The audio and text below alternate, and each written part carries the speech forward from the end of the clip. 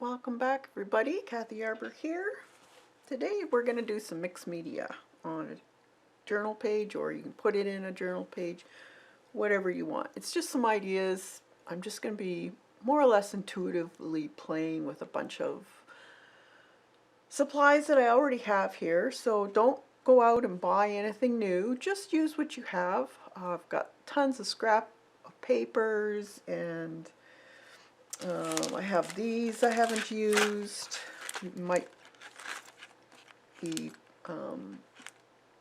using these thinlets. If you have a Cricut machine, print out just a bunch of stuff to have ready to use. It's going to be a mishmash of whatever.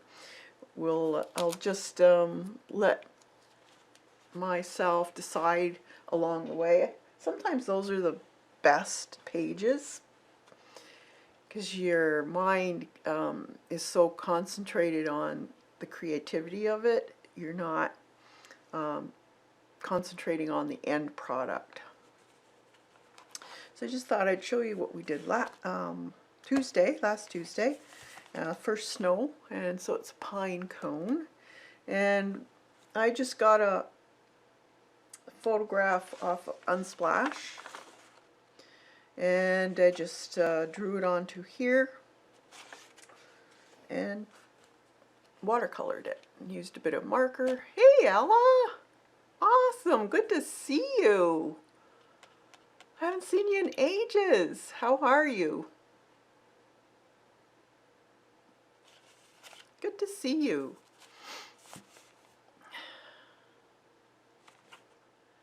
Hope you're doing well. So I've been playing with fairies, fall stuff. I like doing fairies. They're fun. And in the membership there's traceables for these. So you can find all the information on the link below, the join button, or in the description there's a link you can play with. Hey Kathy! Good to see you from the Netherlands. Awesome. Any snow yet? Yes, we have snow. We had snow squalls the last few days.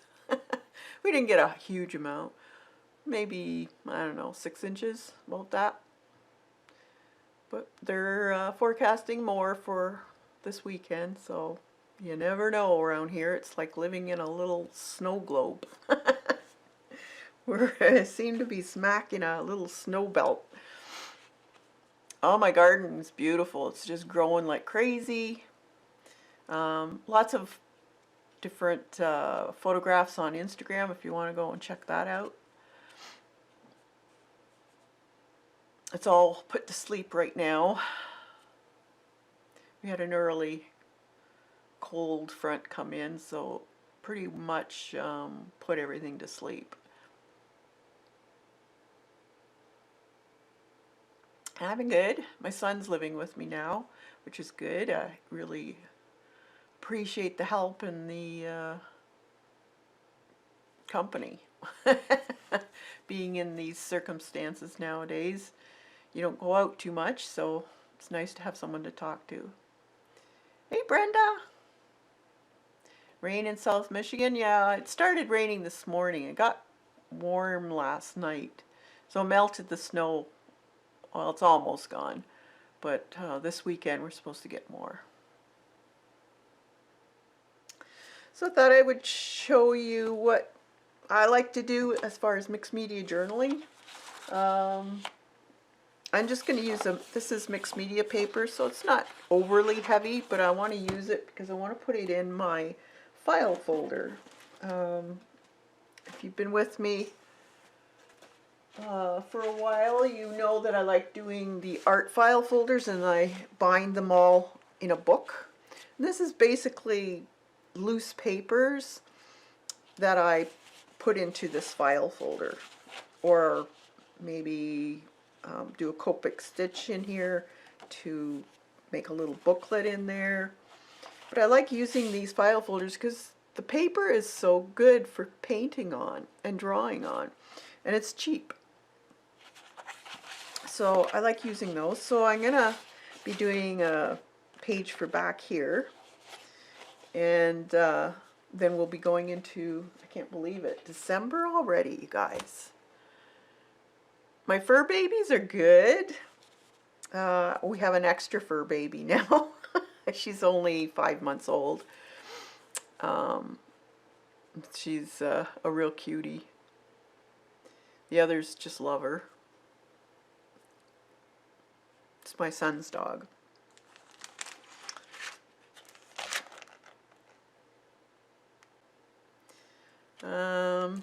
Let's see, what else? This weekend, oh no, not this weekend. Monday, Tuesday, the membership streams will be going up, and we'll be doing one on stenciling and hidden doors for the blooming artist. This will be the page that we'll be doing. So hidden doors.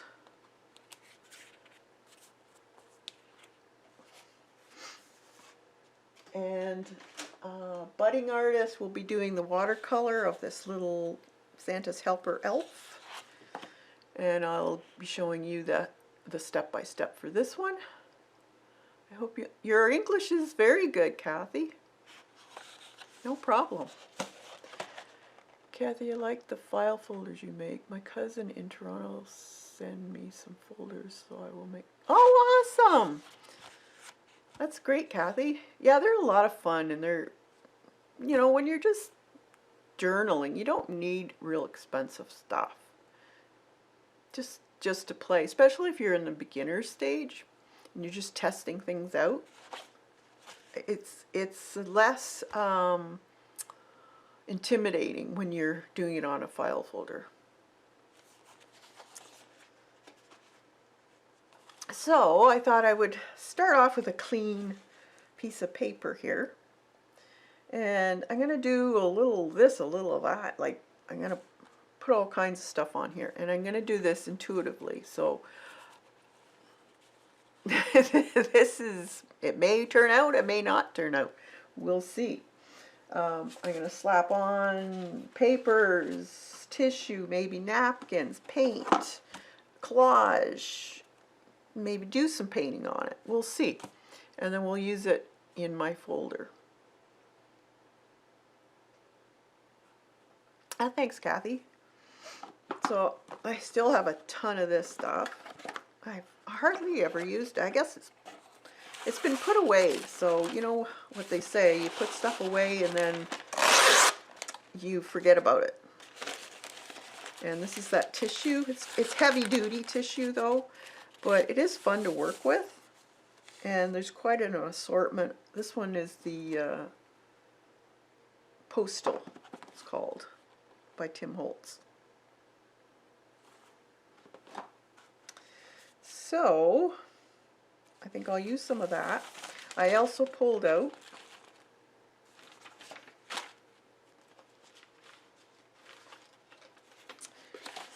just some jelly prints, odds and sods of jelly prints. I usually put mine in color combinations so I know where, so I don't have to sort through a whole bunch of it.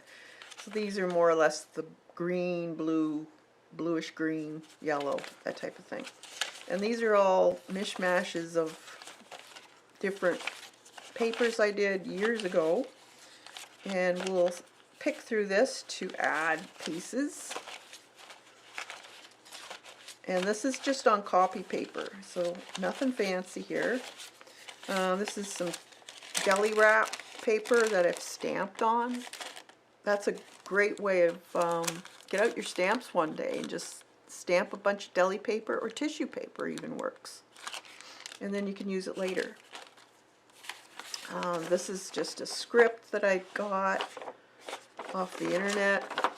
I think it's, yeah. I think it's backwards too when I printed it because I didn't want to be able to read it. But maybe we'll do a transfer with this. Who knows? You got some material, some lace, some ribbons, get that out. And then I have a bunch of stencils. And what I did, I just took out maybe a dozen stencils here. These are the bigger ones. And we'll use these, maybe, maybe not. Maybe just a few, I don't know. We'll see. And see what we can dream up. So it'll be fun. And behind me I have my paint. It's I'm just going to use craft paint. Hey Jilly, good to see you. So meanwhile I've been thinking about more nature, fall, those colors. So that's why I took out all these greens and oranges.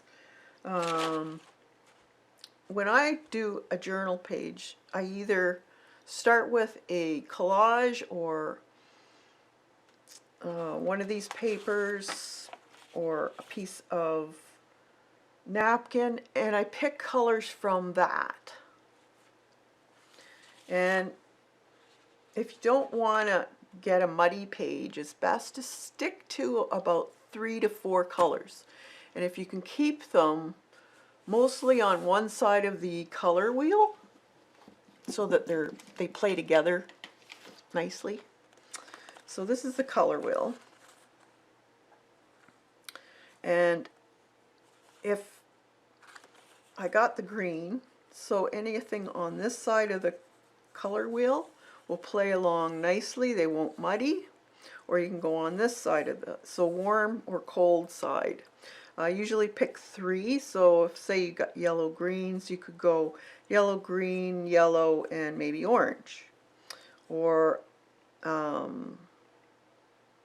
purple, blue, and blue-green, you know, that type of thing.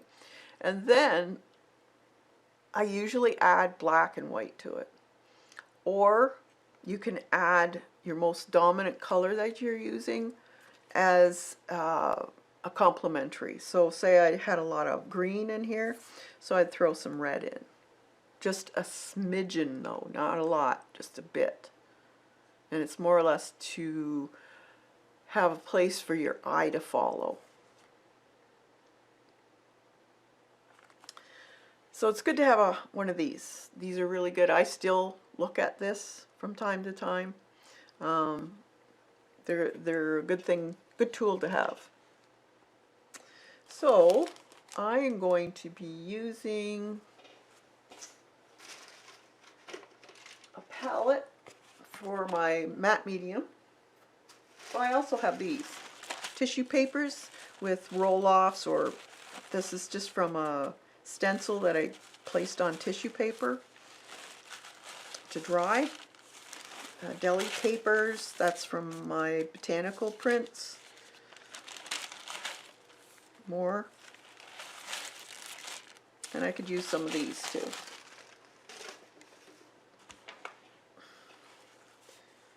So I just have some matte medium in this bottle because a lot of times they put them in these huge wide mouth jars, and I like them in a squeeze bottle.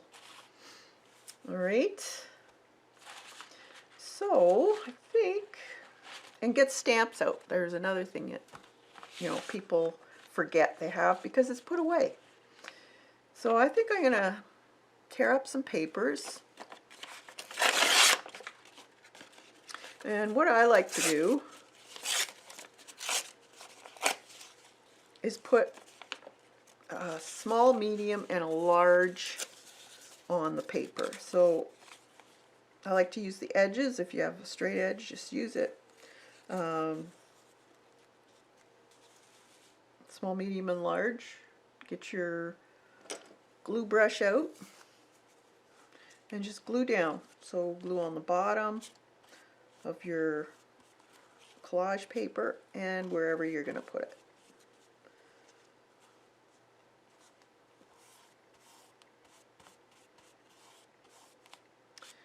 And the first little bit of this, you won't be thinking a whole lot about what do you want to have the outcome look like, because you're just venturing into the creative side. So you're not going to really know exactly what you want. You're going to allow yourself to intuitively tell you as you go. So there's not enough information here to get a sense of what you want. So you just keep plugging along until you get some ideas.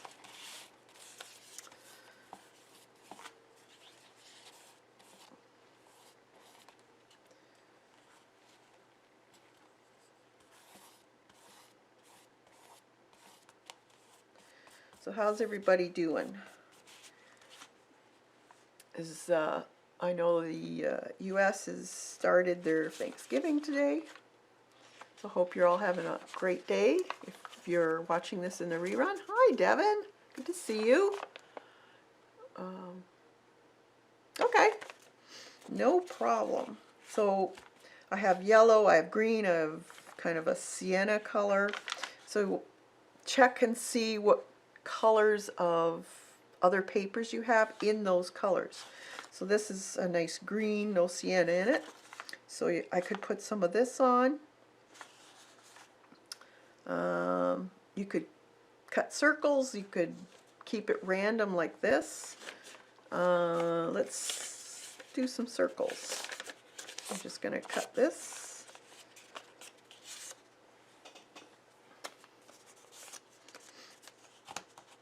Or I could cut leaves too. Let's see. A few leaves might look nice.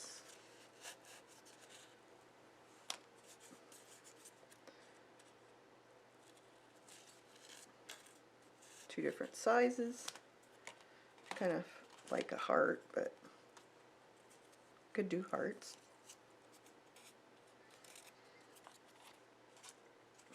Let's see.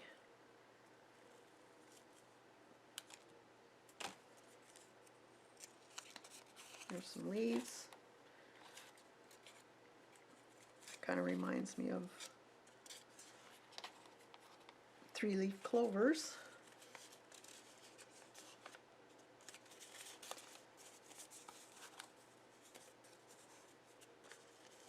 Oh, I could use these too. I just cut off. Put those somewhere. Let's cut a few more.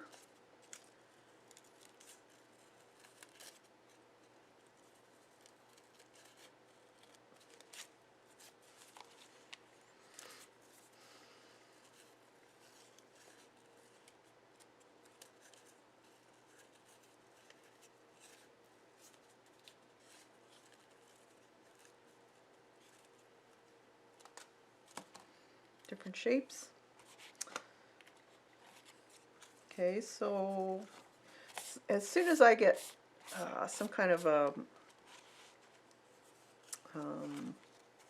shape that's known, not a random organic looking shape, I tend to place them in patterns. That's just how I roll.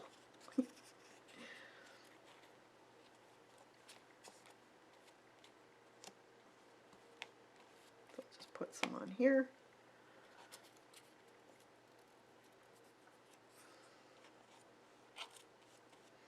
Not really thinking a whole lot while I do this.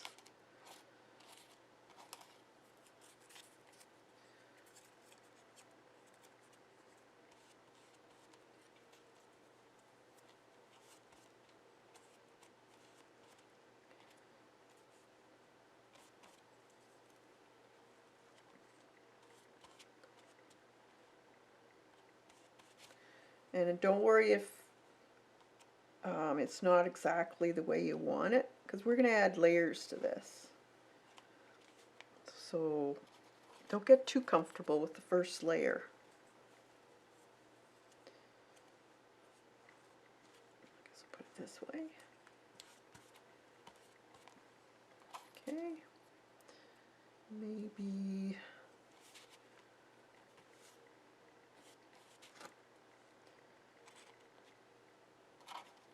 some of these here.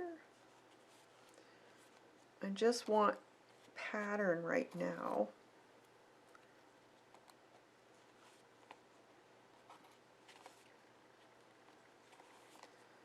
On my page. Okay, I think that's it for now. You could even keep this and put it down in something else. Alright, so let's see what else we got here. Even like just, this is roll off. That's pretty. Could just put it up in the...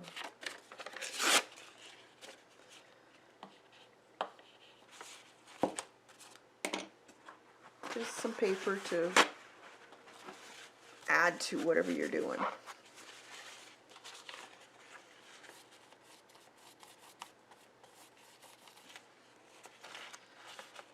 Yeah, I like this side better.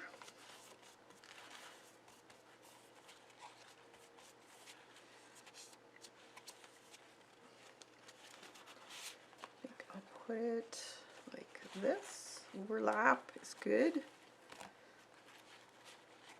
Just makes it more interesting.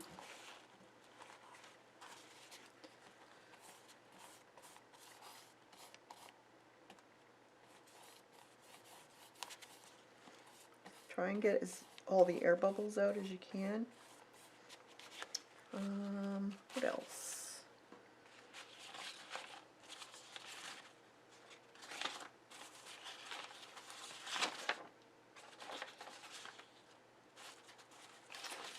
Maybe some see-through stuff. See what we got here.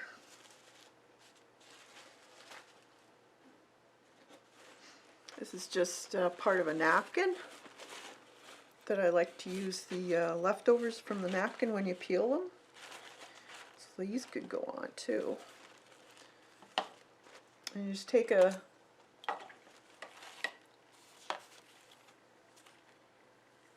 down with a wet brush. You should be able to tear it instead of cutting it.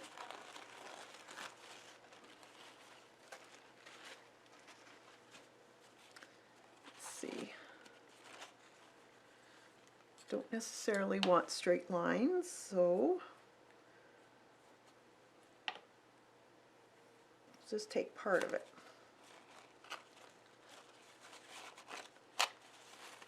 And I'm going to put it down here.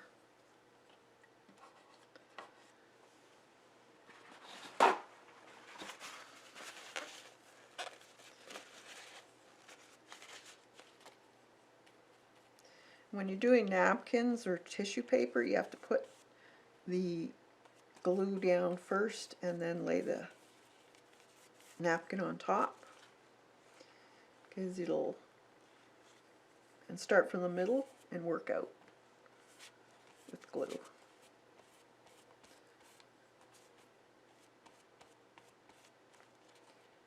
And it usually works out. Might get a few wrinkles here and there sometimes, but it's all good. It's just more texture is the way I look at it. Alright, and I think I'm going to use this one. I think I want to put it in here. Let's see. Or cross. No, I want it in here. Oops, sorry. All the sales are starting.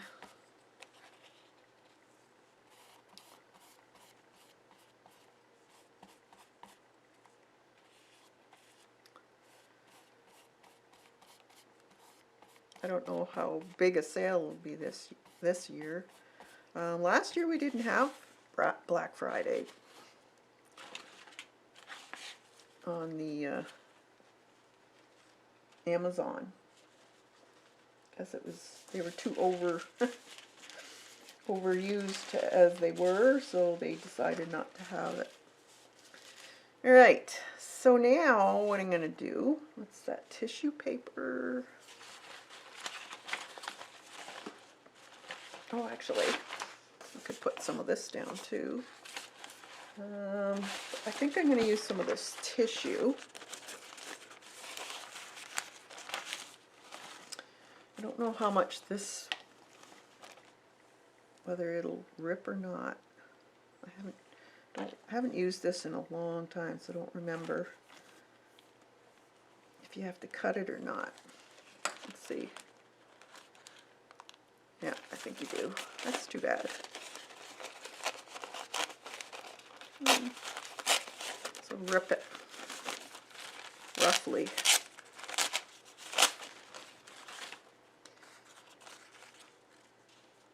I'll put some there. Squeeze out some more. Hey, Lori.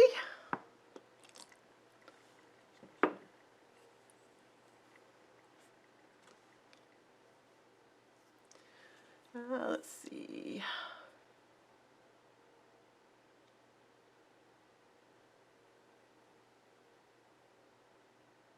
Oh, you're going to France? Whoa. Nice. Lucky girl.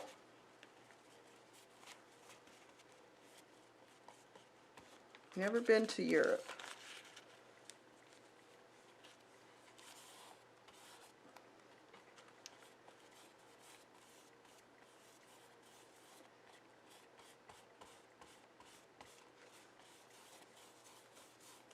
There you go.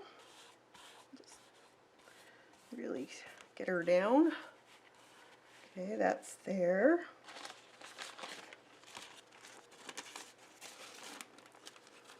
I like this postage thing here. Or maybe even a stamp. I could use stamps that I have too.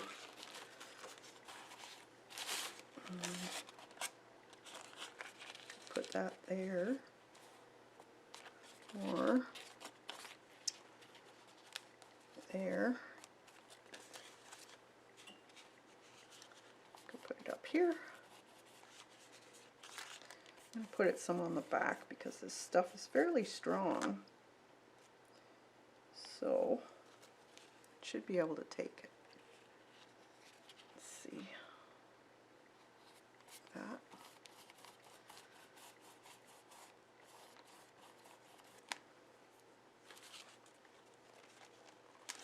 Maybe some letters.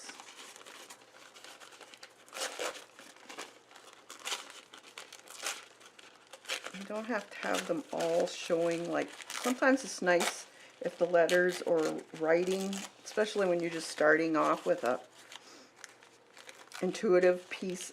This could be abstract or whatever. Sometimes it's nice to either cut or rip the word in half so you don't recognize it. It just causes people to kind of stop and try and figure it out, and that way they're looking at your work longer, and that's what you want. Let's put this down here beside the other. So 3 things again, or 2, depending on how big they are. Okay, what else? We have black. We could put, let's do some stenciling. Just put these papers aside for a minute, and then we'll come back to them.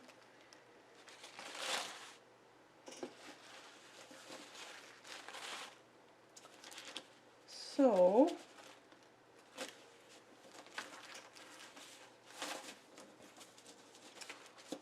these are nice.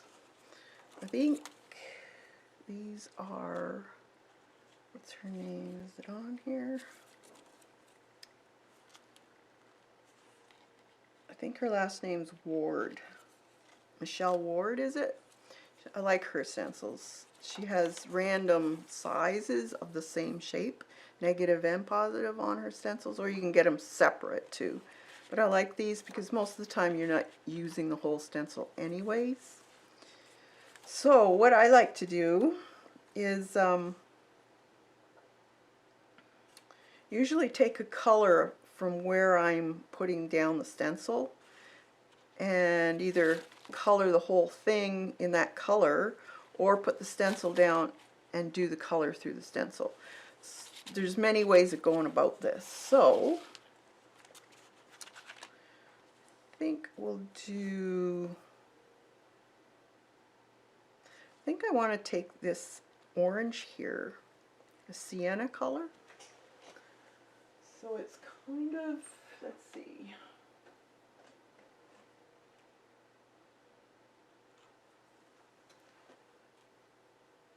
A little more on the red side. Here, raw sienna.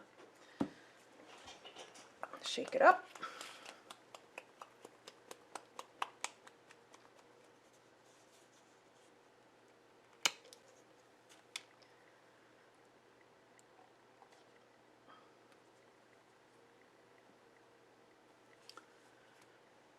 Do you have a Thanksgiving time in the Netherlands, Kathy?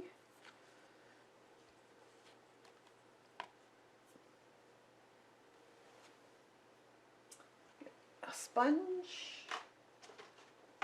Let's see.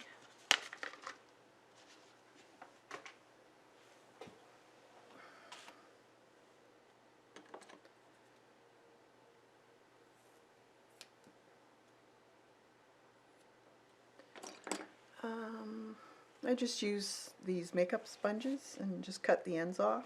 So after they're dry, you just cut that end off. Let's dab in here, dab it off. Don't make it too juicy because then it'll go under the stencil. And I think, let me think.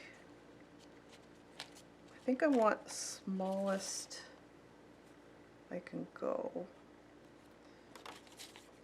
So maybe I want something a little smaller. Just hold on.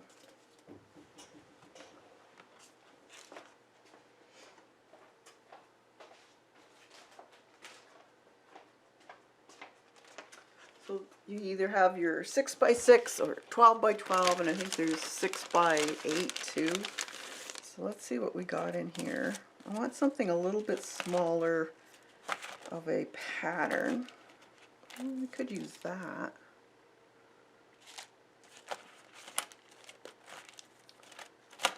To bring it up. Or this is all, I use this a lot. I like that one.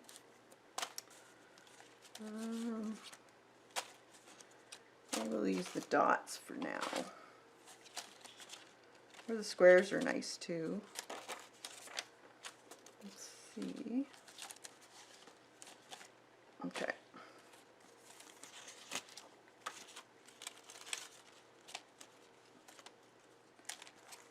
Yeah, we'll use the, stick with these two for now. So I think I'm going to use this one. So I'm going to bring this raw sienna color from where it was, and I'm going to bring it up through this part.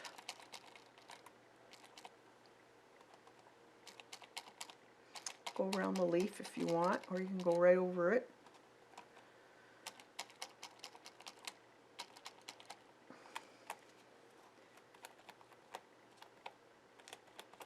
Okay. So, see, it kind of matches it. Your eye's still going to follow. And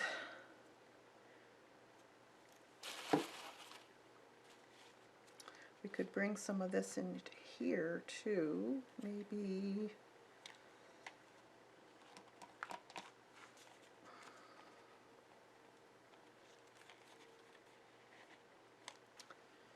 Maybe up here.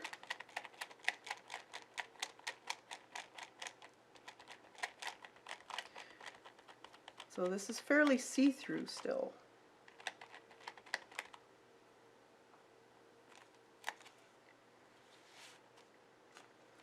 And then across into here. There's some in here.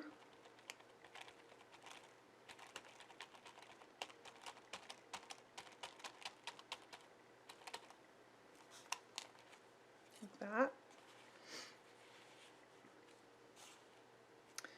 Okay, so that's good for that.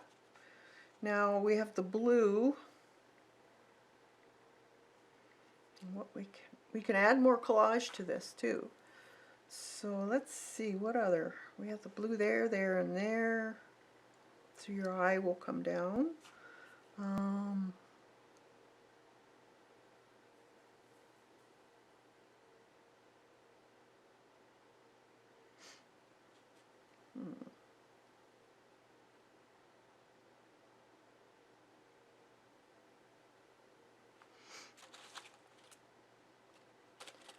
Maybe some dots.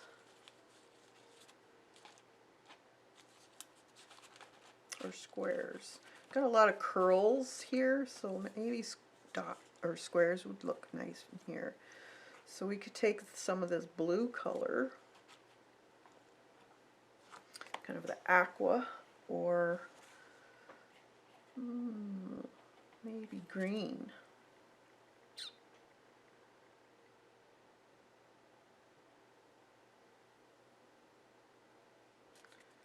Green might work.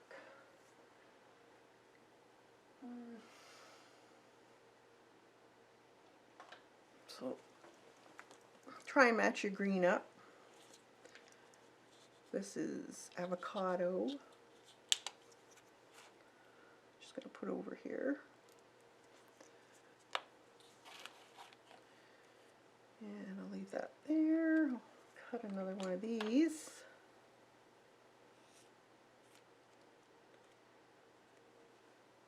No, we have 2 Christmas days here. Oh, okay. What, like Christmas Eve and Christmas Day type of thing?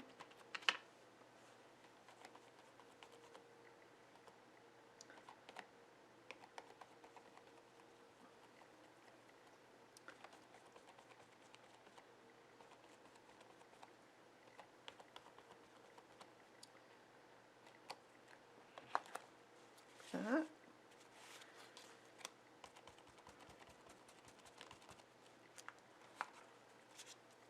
There. Maybe some up here.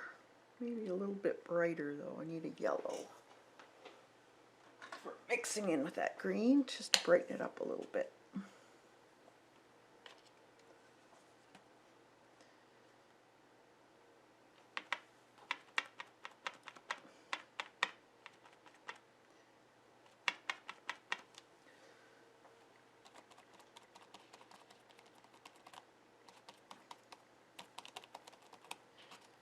Okay, like that. Maybe just a few in here.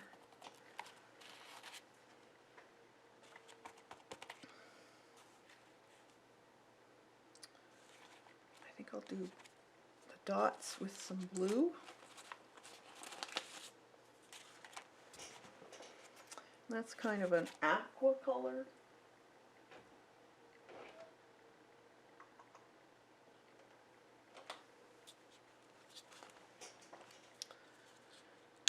Same in the UK. Hey, Dot. Yeah. Well, we had the Thanksgiving in October here. It's not really celebrated like huge like the States.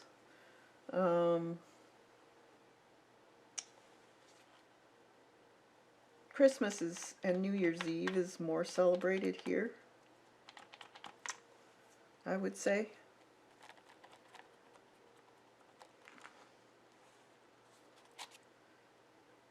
Bring it down into here. And then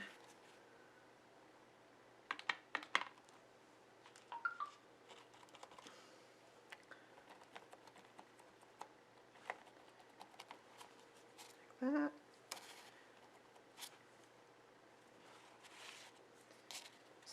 across.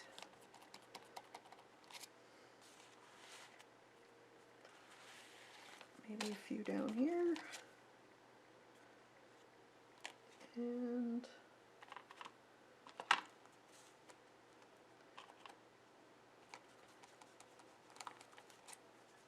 that. Alrighty. Okay, there's so far. So I'm just going with my intuition of what I want. So let's dry that.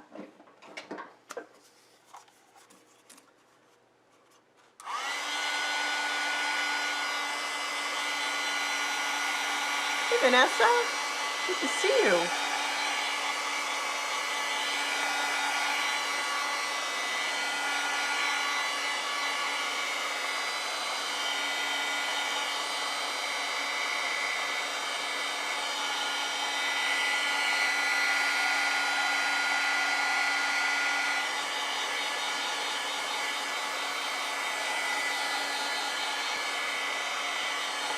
Yes, today's Thanksgiving for the United States.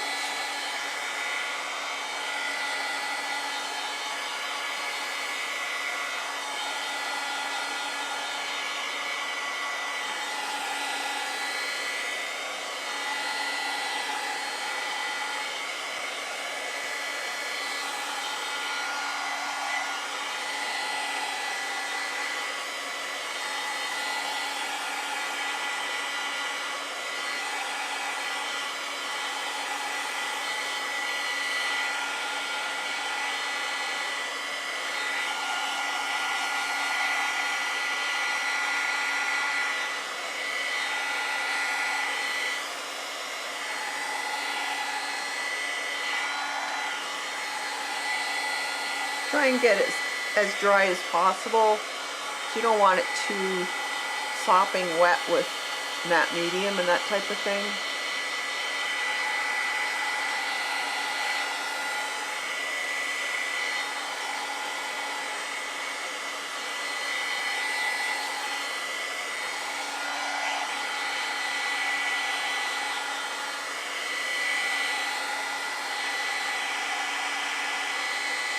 I see Macy's had their big parade today too. There was a lot of people there. I was surprised.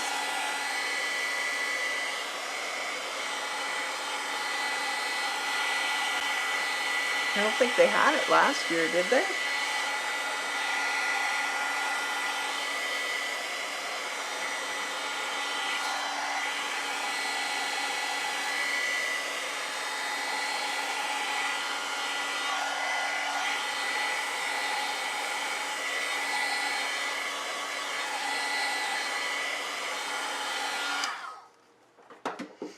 Alright, so now it's getting a nice weight and feel to it now too.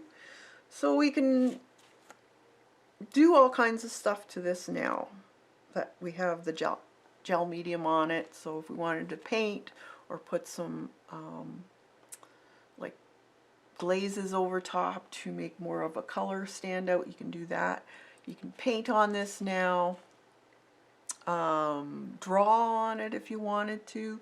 You can throw it all back by putting a wash of either zinc white or to put even gesso, watered down gesso, to throw some of this back.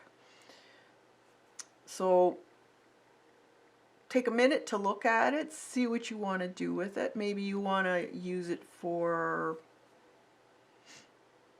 just a cover page or something you'll do later. You could actually put this in a scanner and scan it and print it off for later use in the future.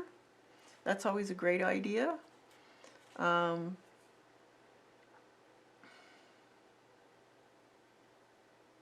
can pick things out, take a look at it. Maybe you'll see something coming out of areas. I always see faces usually, or animals.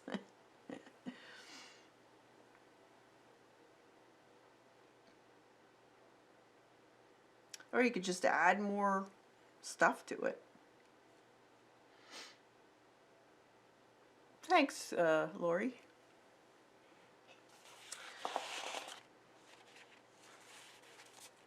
Let's see. Sometimes it's cute just to find something and then draw or paint something on top. Like make this a shelf here and have a little bird sitting here, or a pot, or a cup of coffee. You know, different stuff like that. If you have any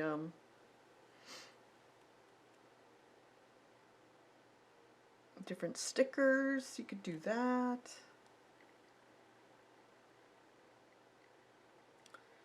Thinking fall, and I'm thinking Thanksgiving.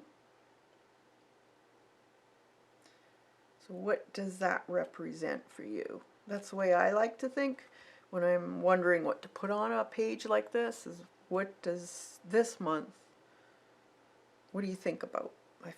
I think about raking and leaves and the first snow,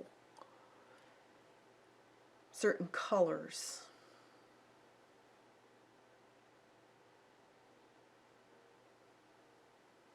birds, squirrels getting, you know, all kinds of seed ready, and getting the pine cones and stuff like that.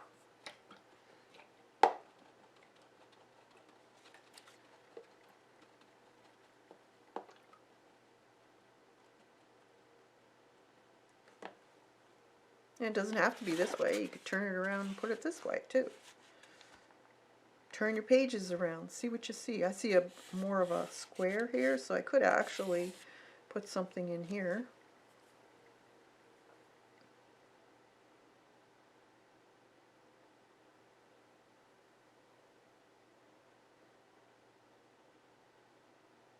Could have something sitting in here too, on the stamp. Or if you want to use it this way, you could do that too.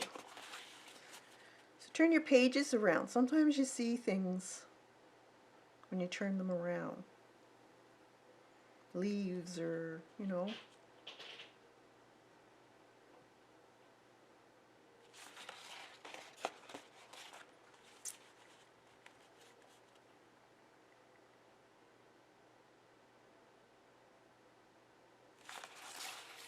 Kind of like it this way, actually.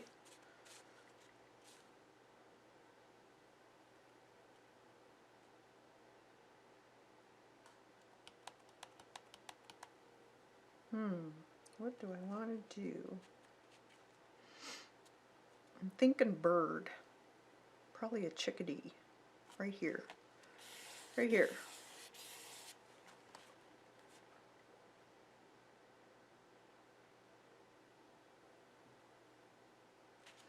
Yeah, let's do a bird. Now, there's tons of chickadees you could cut out, actually. Let's try that. I have,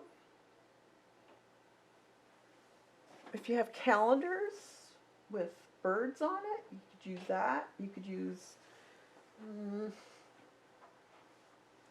let's see if I have any napkins. Ah,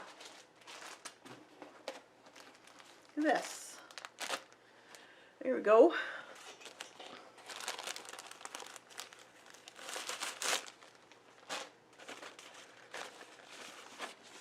Napkins. Now the only thing with doing it on this is that because it's light in this area, you're going to have to either paint underneath where you lay it down, or do put it on a separate piece of paper. Sweaters, coffee, scarves, and hats. Yep. Especially your area, Jilly. I imagine you've gotten the snow. Although you guys haven't had snow like you normally would get, from what I've seen.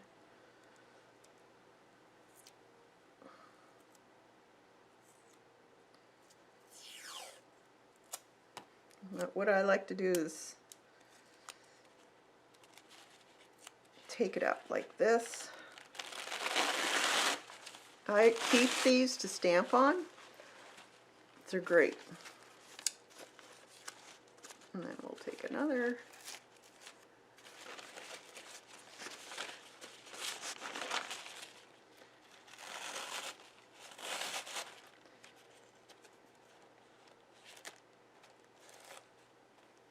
This one's a little tougher.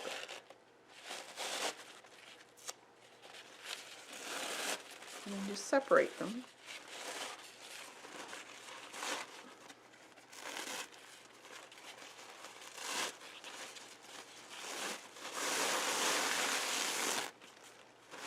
We could put a little scarf on them.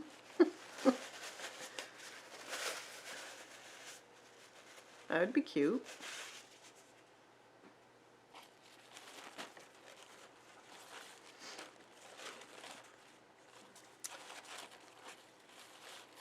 See, you can go, just place them on there like that. We could have a whole bunch of them. You just take your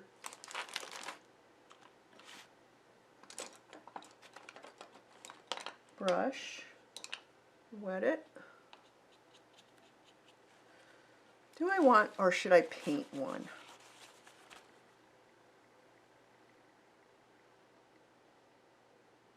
I could paint one of my fuzzy birds. Maybe I'll do that.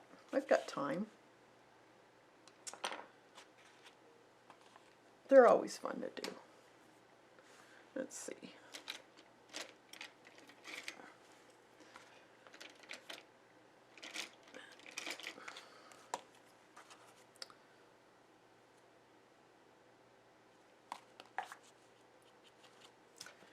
Yeah.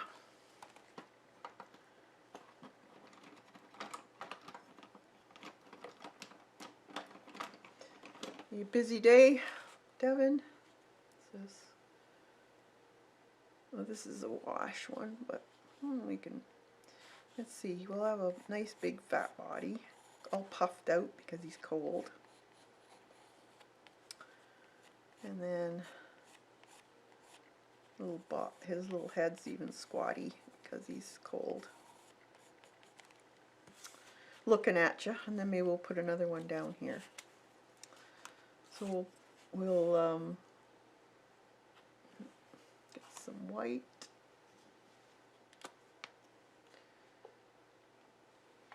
And I'm just gonna base coat in a white area where I want them. And then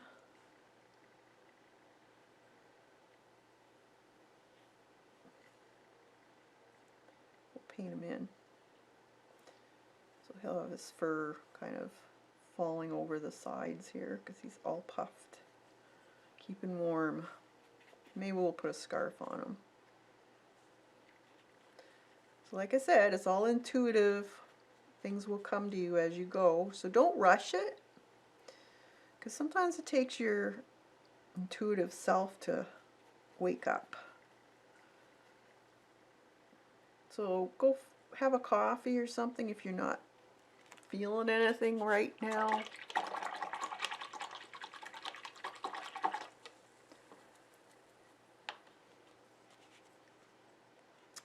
So dry that.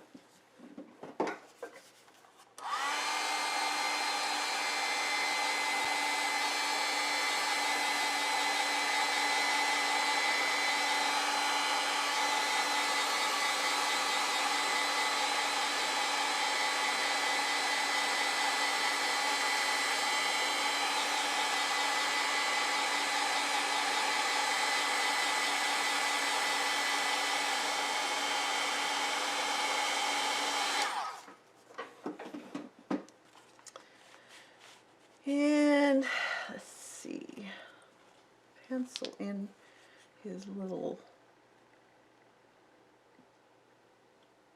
thinking,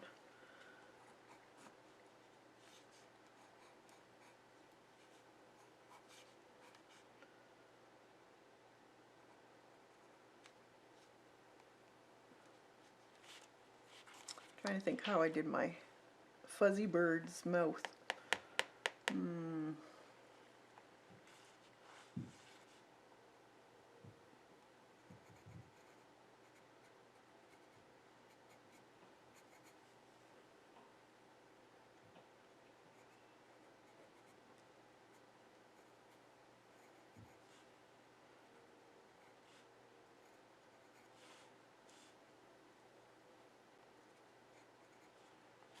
I'm going to get my other book out. I know it was in there. Is it in here? Let's see.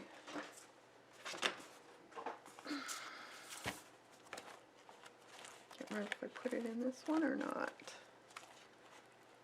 I don't think so. No. Not that one. I think it's in here.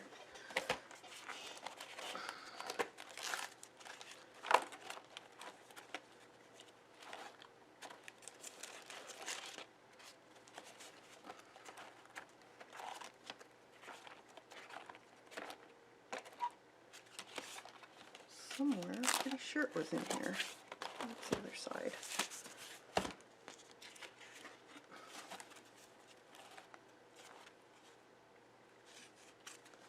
Nope, I think it's the other book. Oh, there's one. That's not the one I was thinking of. It's in the other book. Sorry, guys. There's a specific way of making these beaks look grumpy. This one.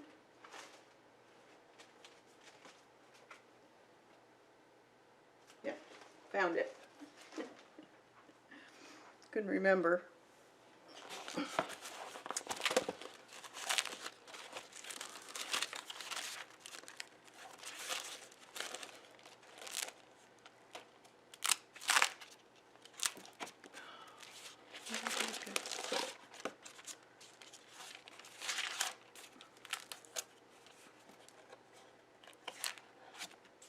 Now there's this one.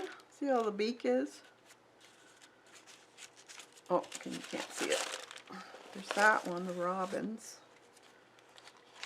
It's like, there, see? Kind of an M with the little curls on the end. There's that other one. There's that one. It's not as grumpy.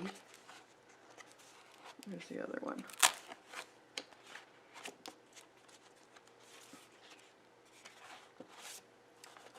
Christmas one. Where is it?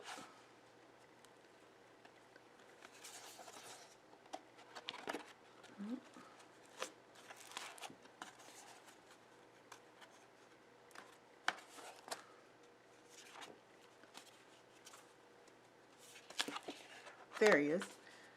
See? Mr. Grumpy. That's what I want. So basically, it's a soft M, wide, bit of a curl to the, and then just outlined.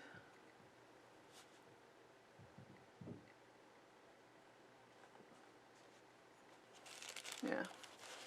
All right.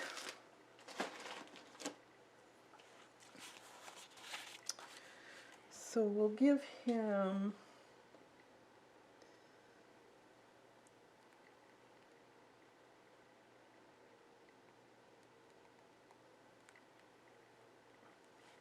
like that is the line you want.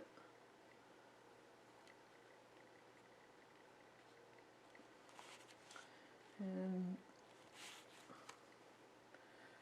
he's basically the black and kind of a grayish color. So if you got just the black, we'll just add a little bit of white to it. I just got, let's see, black.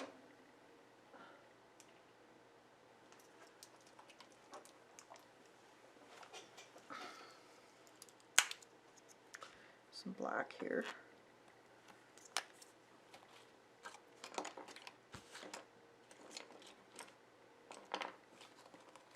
And this is a grainer brush by Princeton, Velvet Touch.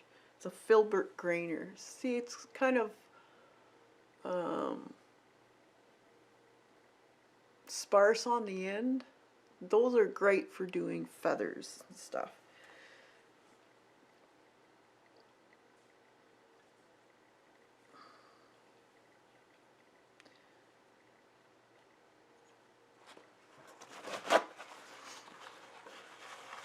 So you can pretty well just base coat him in black.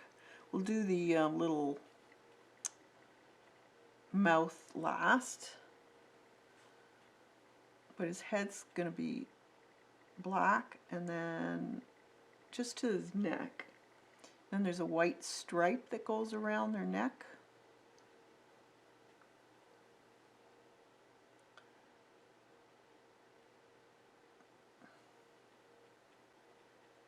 So just base coat that in.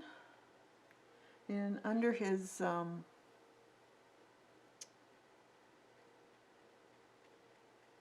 beak is black also.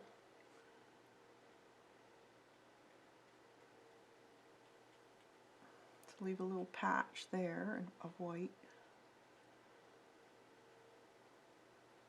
And then you can't really see his wings because he's puffed out.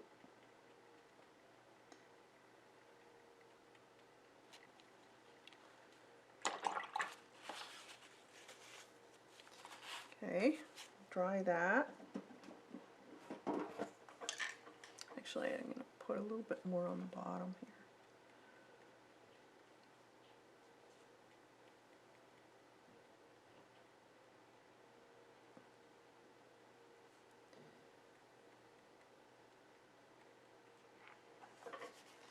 Dry it.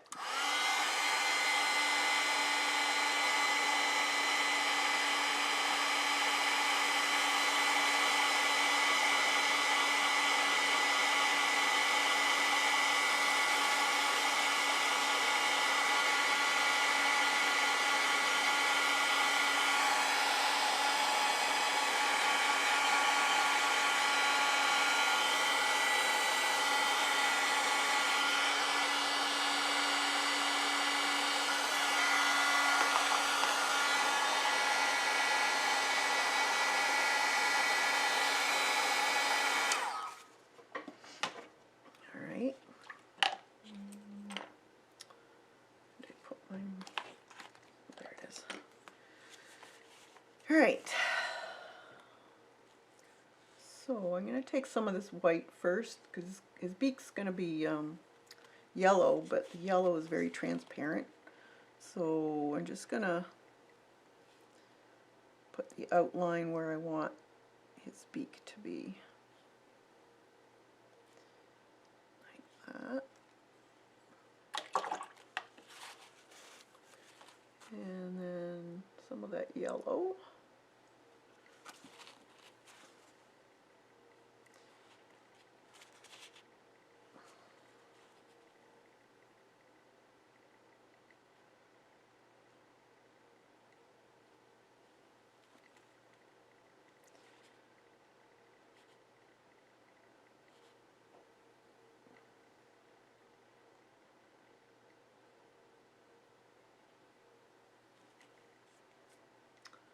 More white. It's a little thicker on the very corner of his mouth or beak.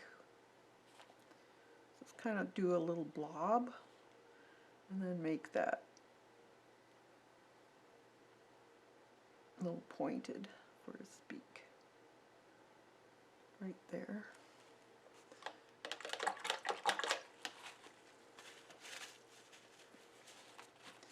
Add a little bit more yellow. You could probably add a little red to that too. You don't have to have it bright yellow, but you can add a little bit later.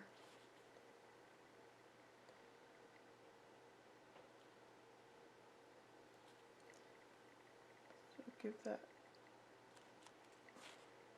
little ball on the corner of his mouth, so to speak. His little beak is his expression.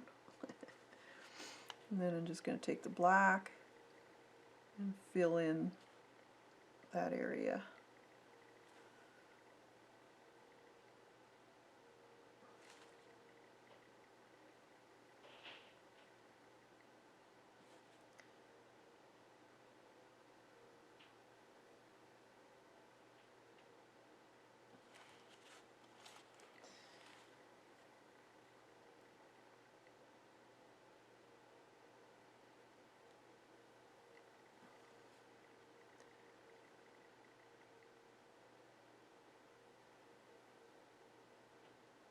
that. Up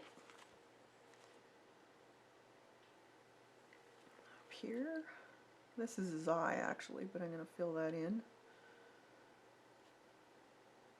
We can put the eye back in a minute.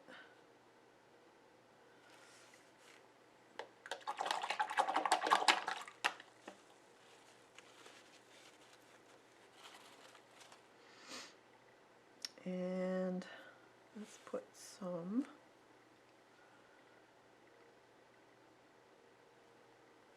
I'll use the end of my brush for his eyeball. We'll fill it in. The eyeballs are kind of sitting on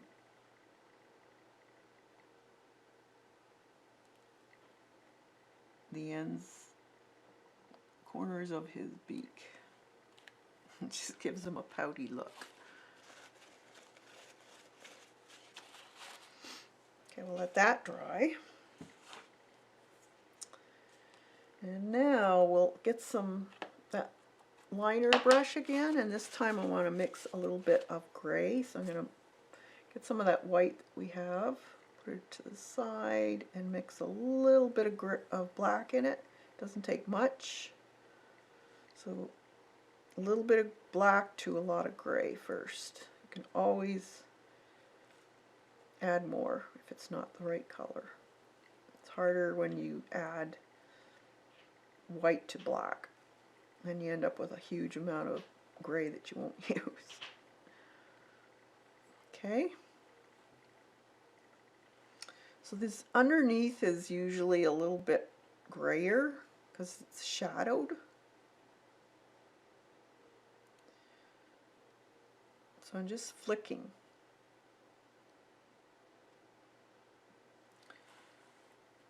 And you can put a little odds and sods of it in through his body, but most of it is on the bottom.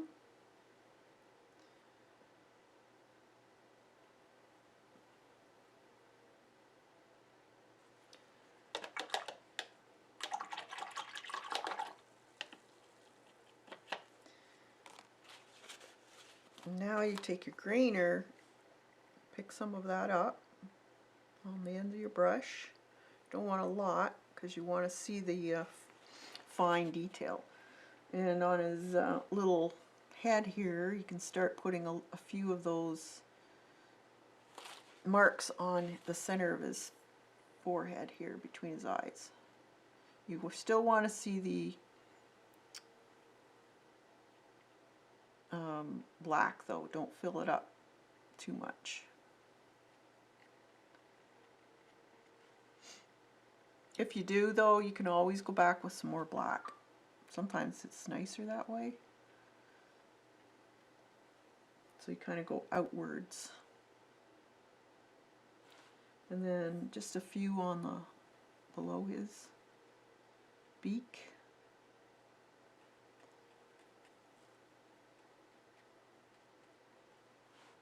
And then there's a few around his eye here. Not much.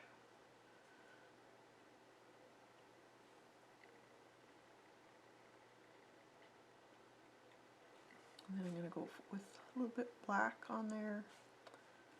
Wipe it off a bit. Don't want it too heavy.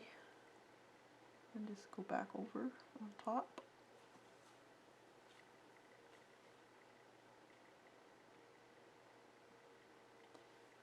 More.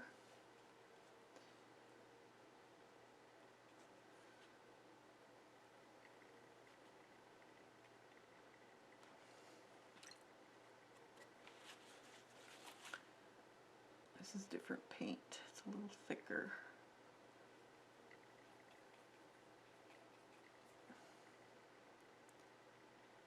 Yeah, it's thick. I think I need a different paint. I'm not getting what I will like. Let's see.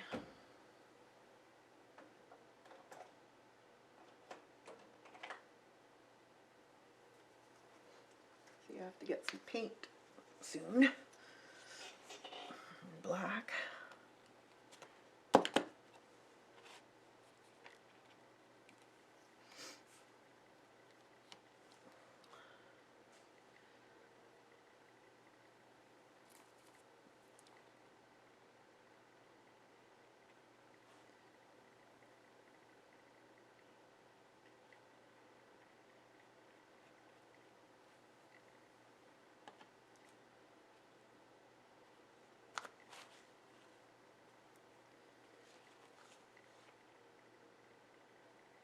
And then just with the tip of the brush, just flick some out beyond his head to make him fuzzy looking.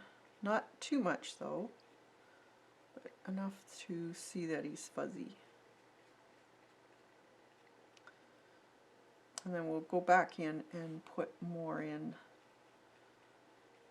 with pen.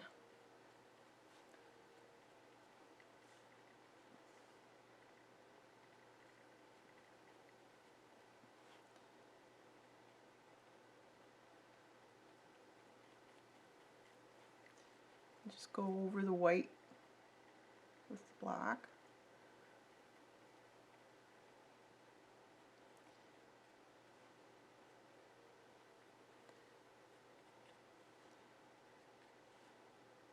Okay. Then do the same with the white. Let's see. I want it fairly watery, not too thick, because it's easier for the strokes to look nicer if it's a little on the watery side. And then you can just do a bunch of strokes into that gray area. Don't cover the gray up completely though.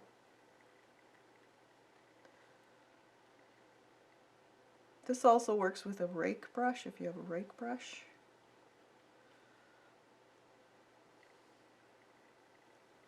You just have to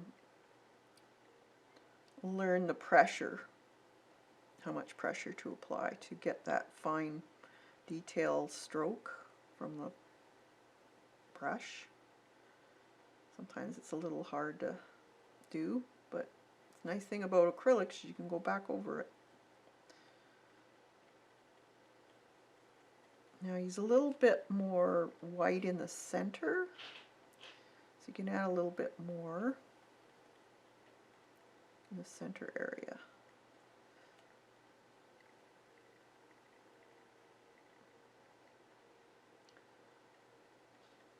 And I just spray them out a little bit to the side.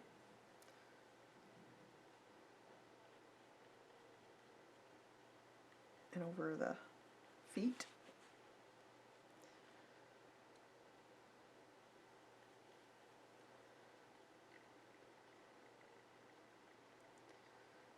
And then his little cheeks too.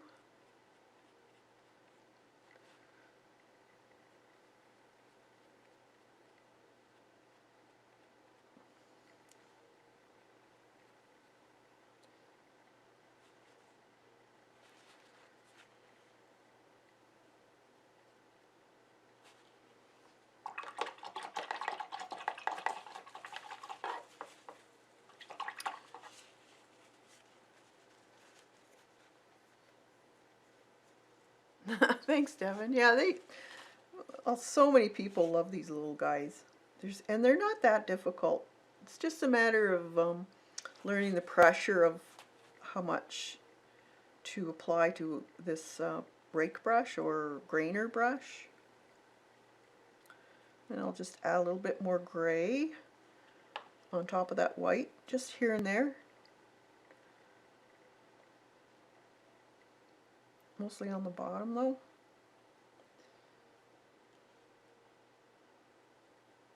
There's just a few on the top.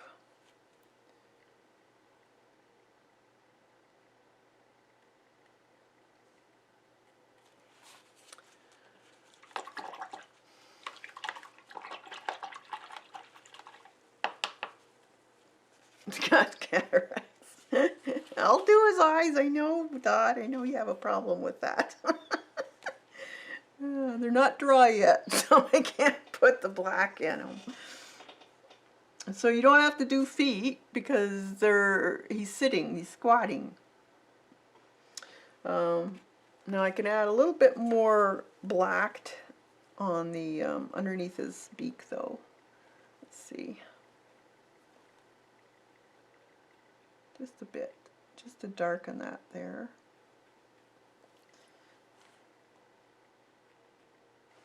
I think.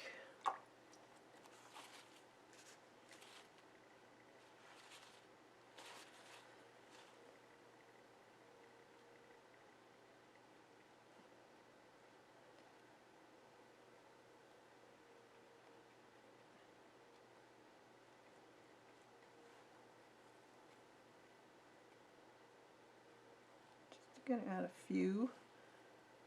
just a few little sprigs here and there, just on the top part, black.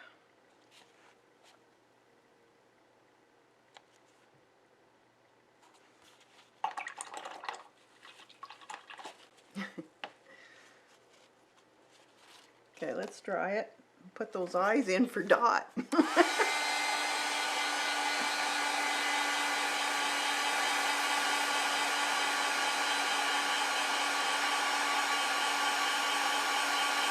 Oh, wow. That's a busy time.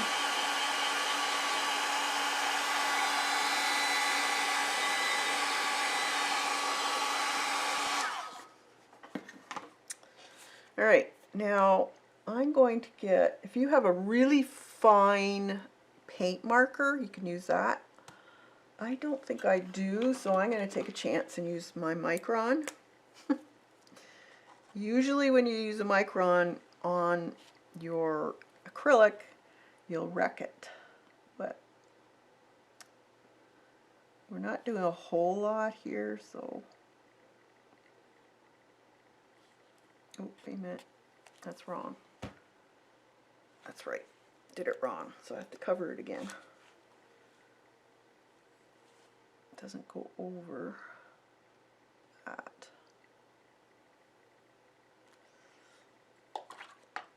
It just goes to the top.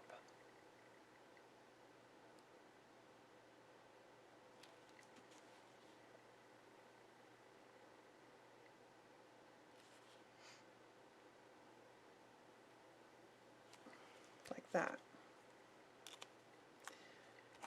It's okay.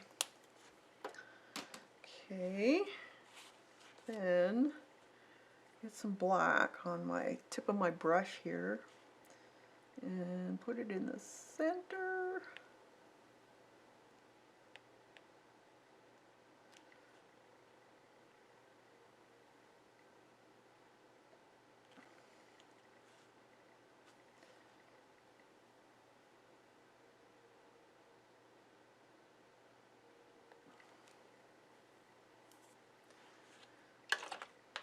Just picked up some gourmet cupcakes and they look, oh, yum.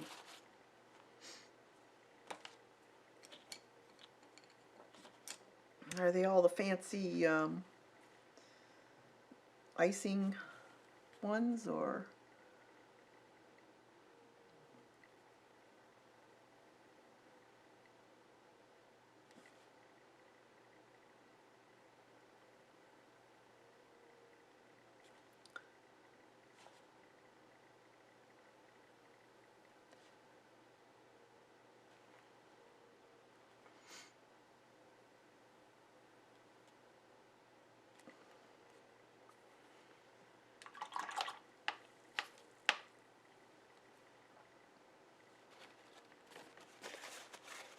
Okay, drive safe.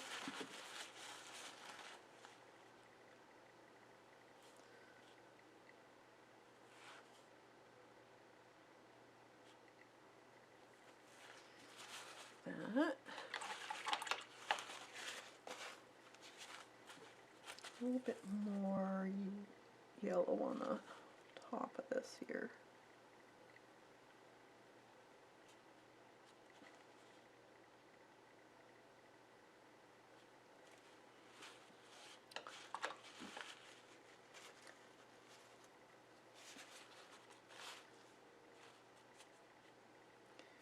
And let that dry.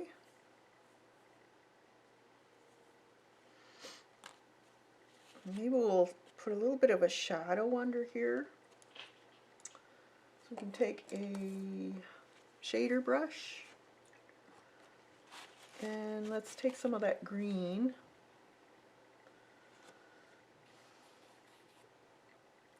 Have enough water on your brush, not too much though. And I like to just dip in your side of your brush and go back and forth on your palette. So you can see I only have green on one side. Just make sure you have enough water. And then where the green is, you can just go over top.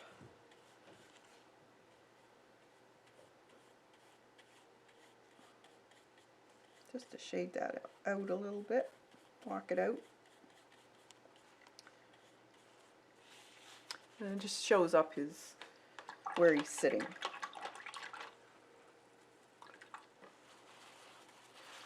Lemon, peanut butter, chocolate, strawberry, vanilla, to name a few. Maybe I will add a pic. Oh yeah, I'd love to see them. I love some of these people and their icing art is unbelievable. Alright, so there's that.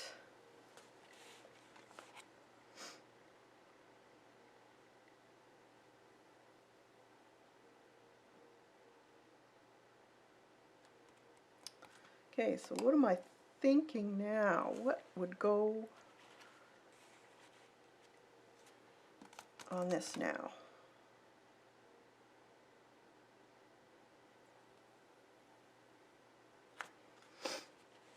There's a little bird. I think he needs a friend. Maybe have him down here,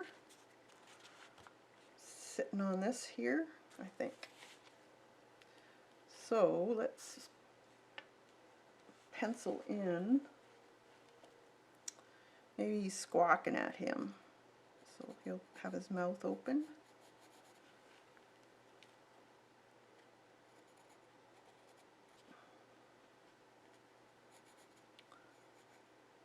And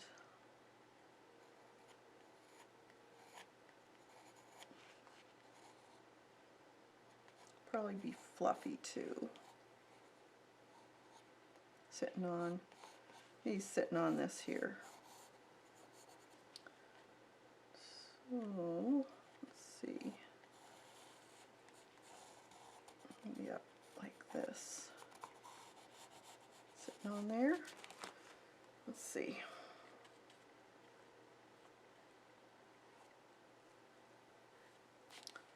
Just outline it in white so I know where it is.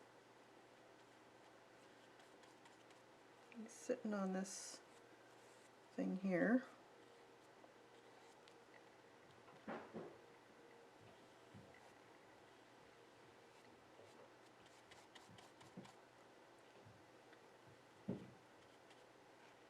And his beak.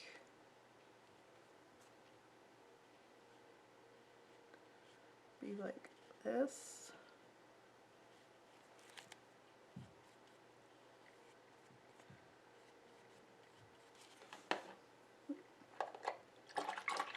I'll dry that.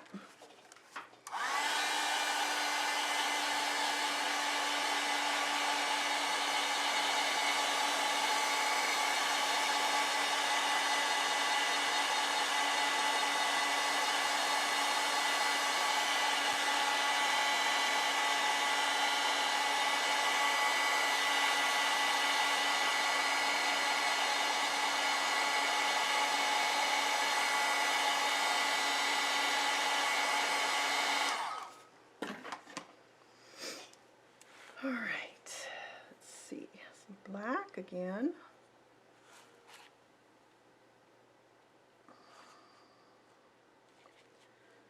Actually,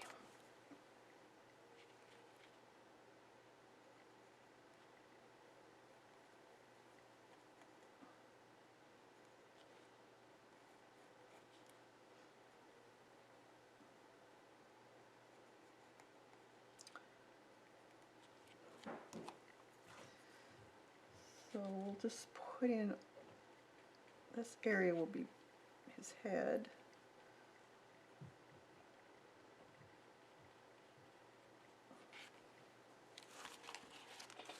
Over here.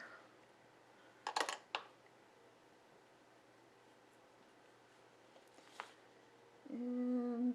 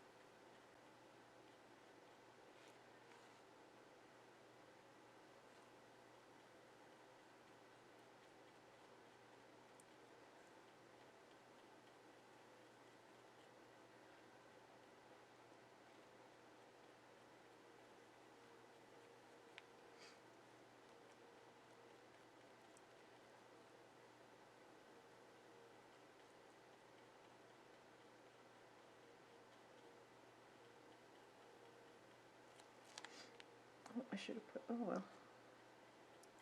Put it down and then I'll put the white on top again. Forgot his ring of white.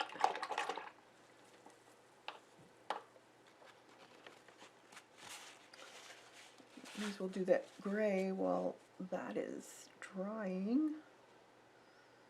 Make some more up, I guess.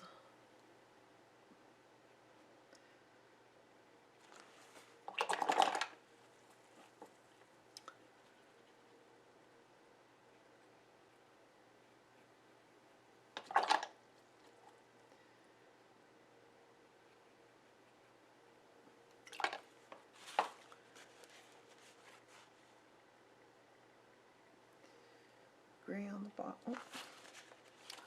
Gray on the bottom.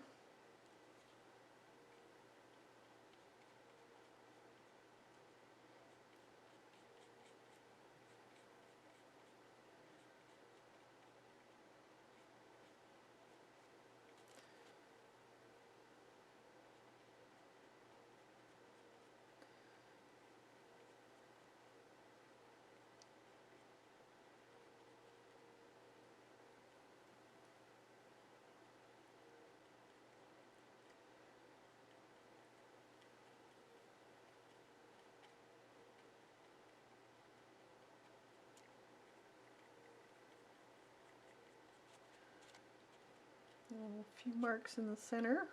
Not a lot though. A few. And some white. I'm going to go make his little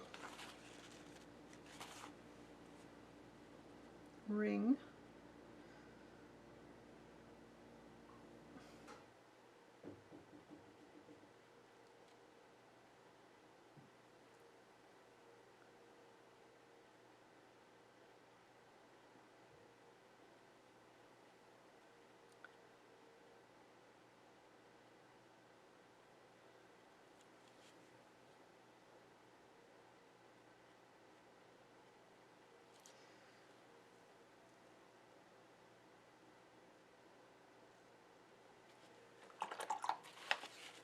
Let it dry a bit. Put his eyeball in, or dot.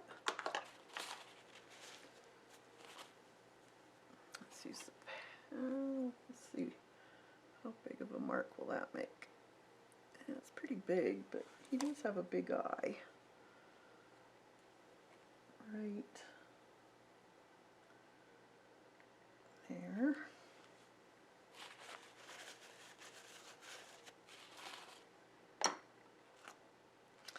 And then his little beak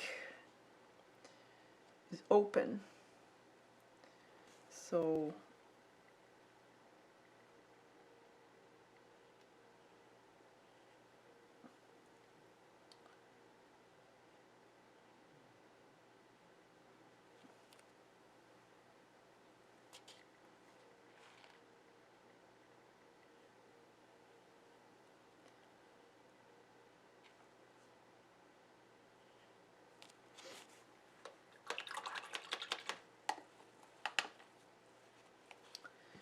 and then the inside of his beak is kind of a orangey red. So need some red.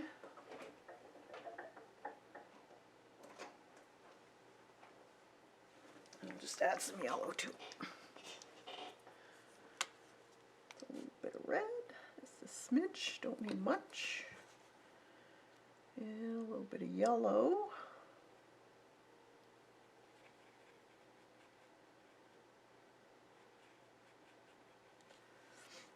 And the inside of his mouth. I might need a smaller brush.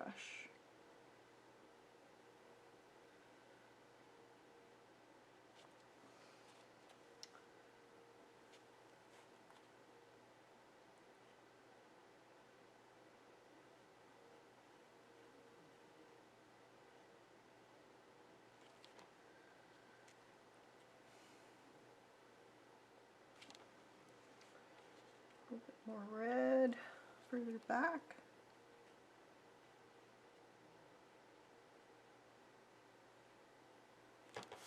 That.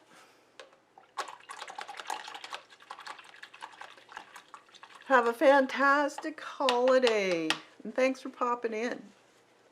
Can't wait to hear all about it.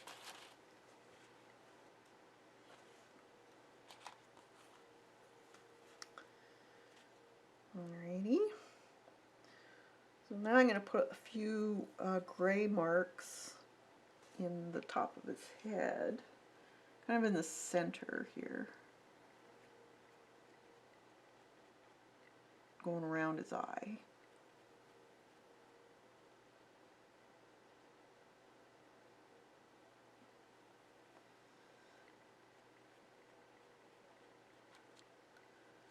Under his chin a little bit.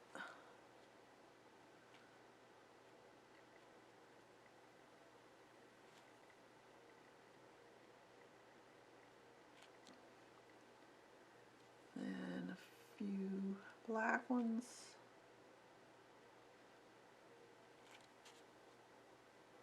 I didn't clean my brush, I still had that gray, so that way you kind of get a number of different tones. Can put some in his few here and there.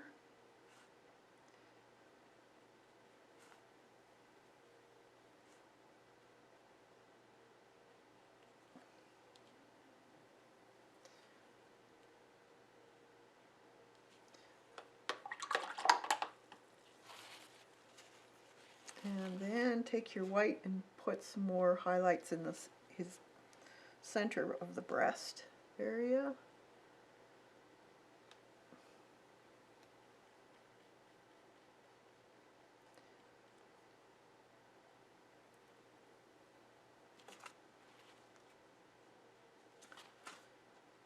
Whiten that up. It's usually a lot whiter.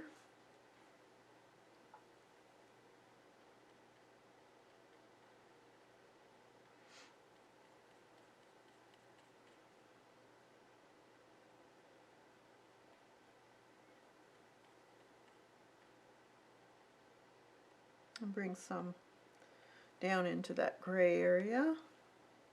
You kind of curve the feathers inward towards the center.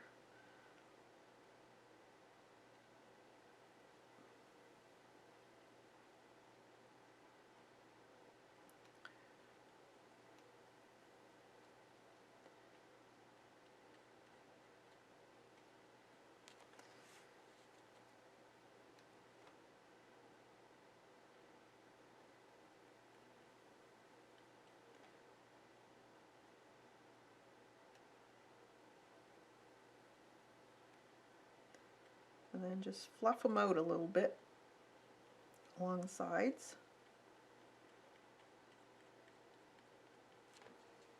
I kind of curl them on the ends a little bit, just to give it more attitude.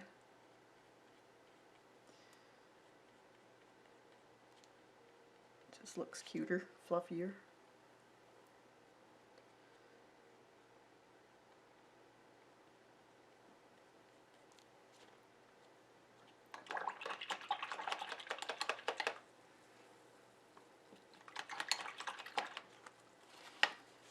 Maybe a little bit more in the center to just whiten that up in here. I think it needs to be whiter.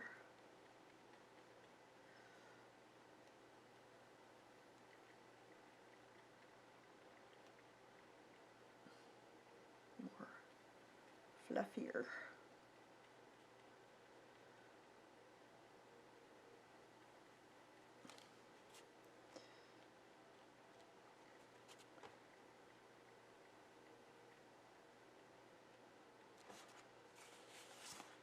And we'll dry that one up a little bit so I can brighten it up a bit.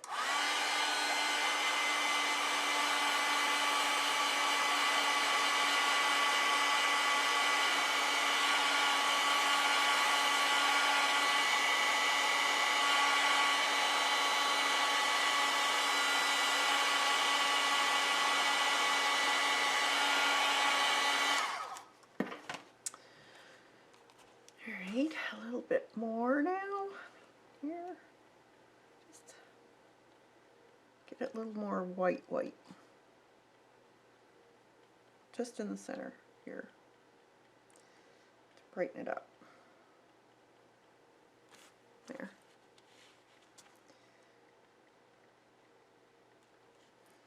Okay. Let's put a little dot for his eye highlight.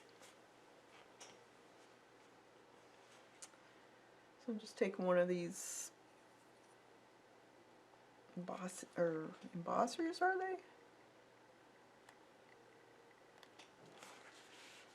And then we got to make, is that dry? I don't think so. Let's try that white so we can paint on it.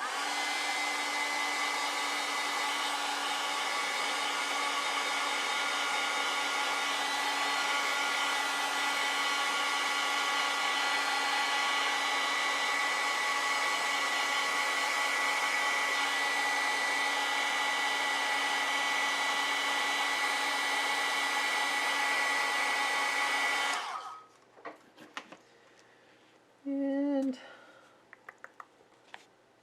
see.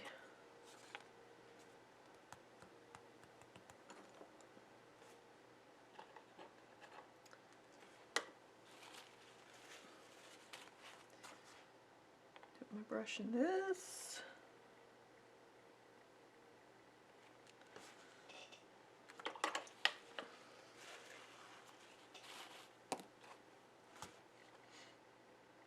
Yeah, I guess that would look alright.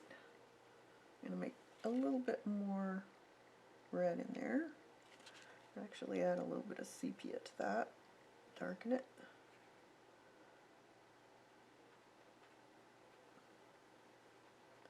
Maybe a little bit of black. Just down in the center here where the throat would be, it'd be darker.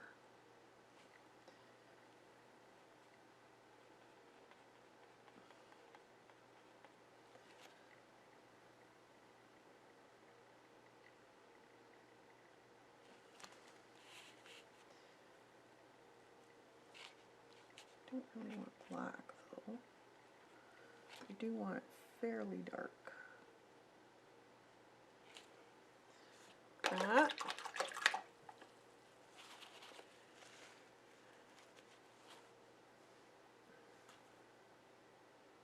Bye, Dot. Have a fantastic day. Or evening, I should say.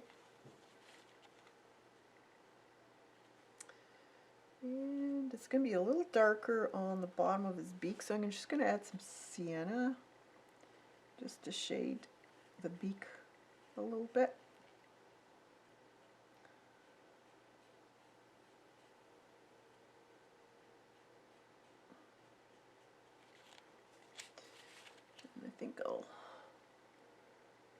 little bit on the bottom part of his beak here.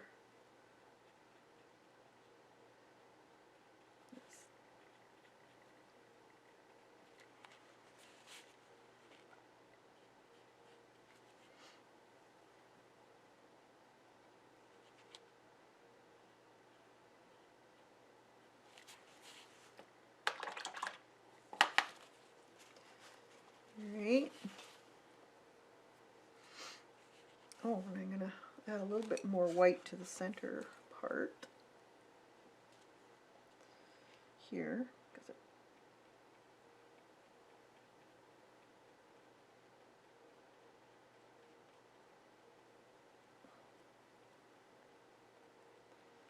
wasn't enough, like that.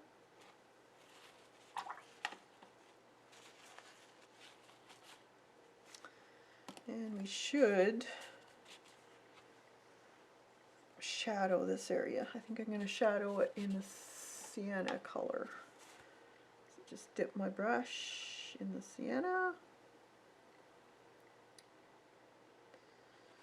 And I need something, I'll put it on here,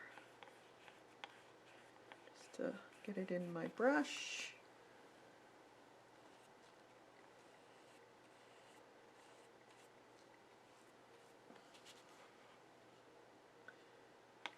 Or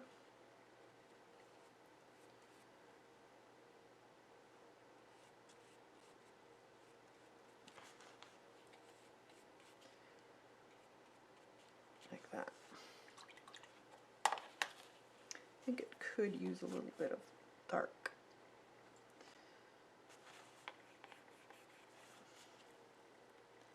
Right under there.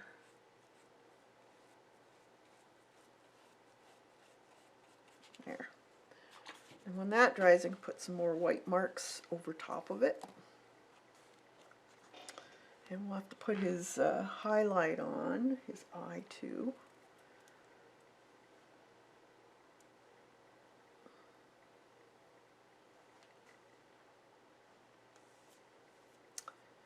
And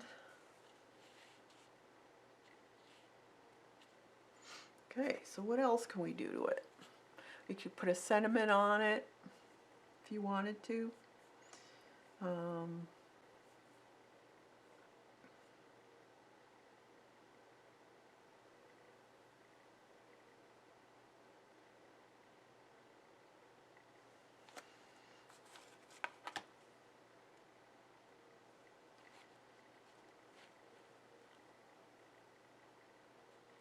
Just put that there.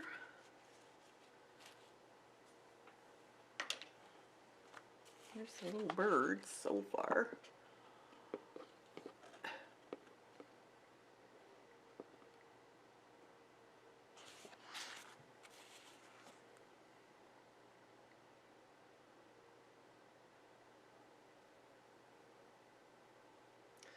So, thinking,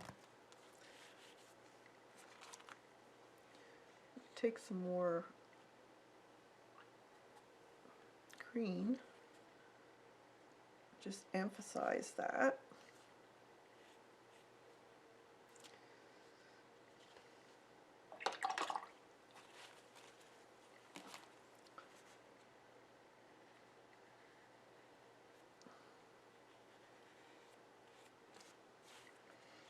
And I think I'll take some of that black.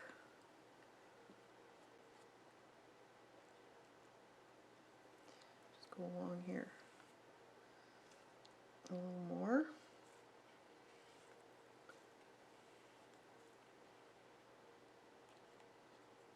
Maybe along here, get a little darker.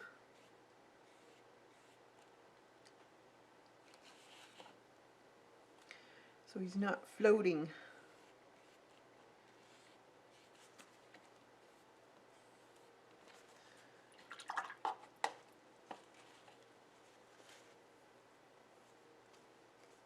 That's a good idea. Spring berries, yeah.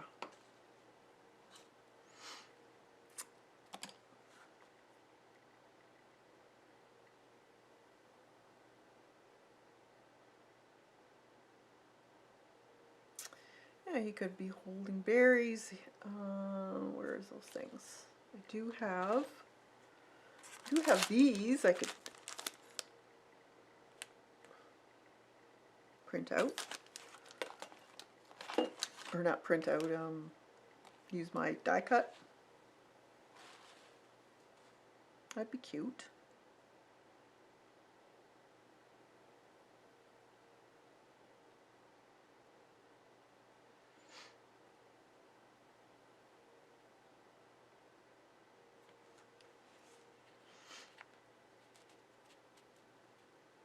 Scarves on the bird. Oh, that would be cute too. Yeah, we could put scarves on.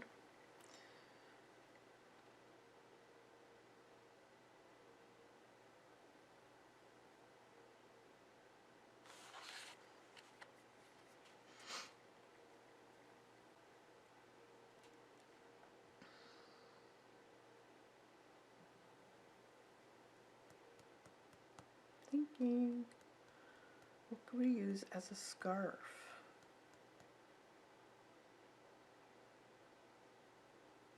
Or hats.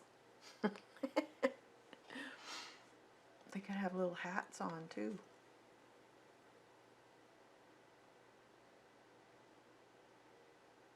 Hmm.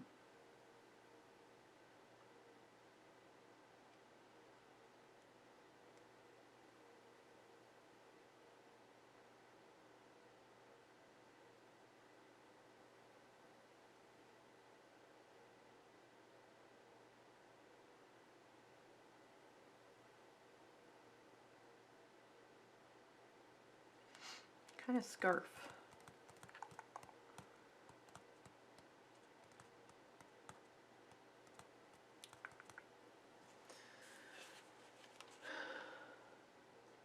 Okay. Color.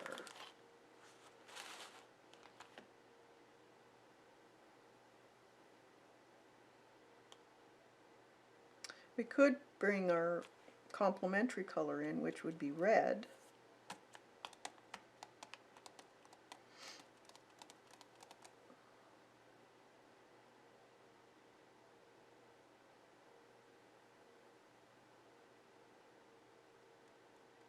Or just a green, a bright green, and I got a lot of green.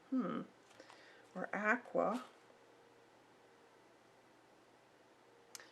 Have grumpy birds saying, "Wake up, wake me up when the winter." Yeah, exactly.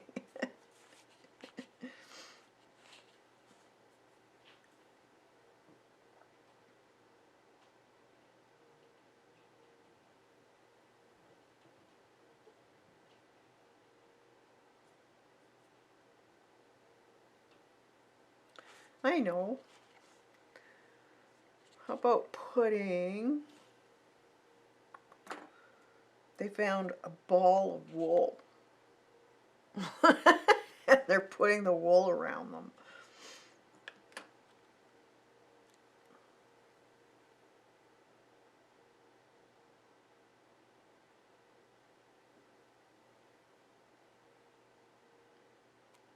I could actually put wool on. How about that? Let me see.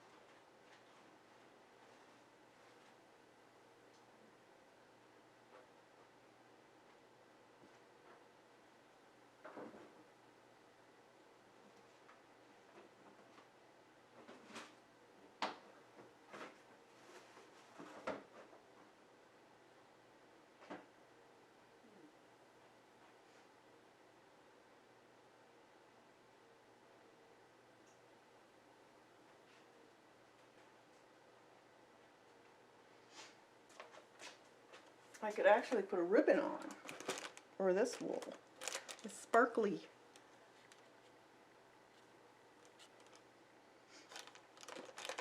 Or this one.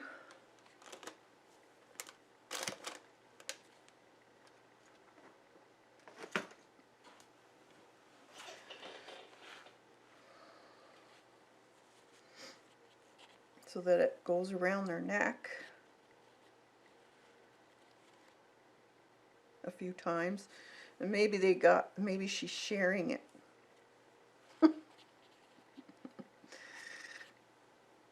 It goes through her beak. She's sharing it.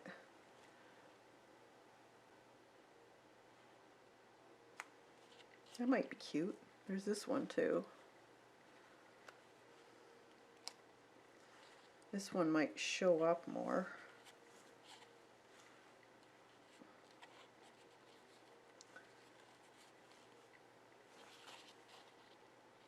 So that's around her neck.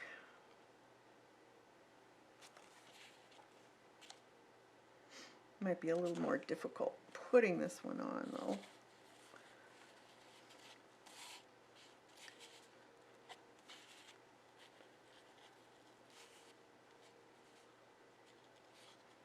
Or I could paint it.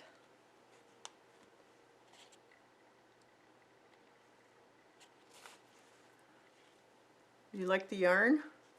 It's fuzzy too. Let's see.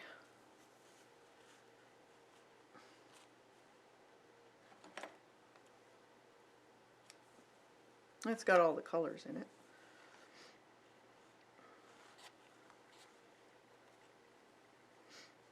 So could have a pile of it like right there. And then it goes through the beak.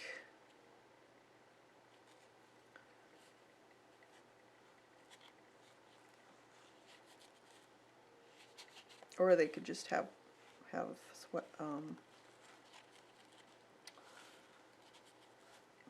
their little scarves on.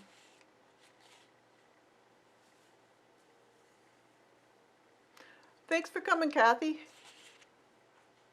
Have a fantastic evening, or maybe it's past midnight.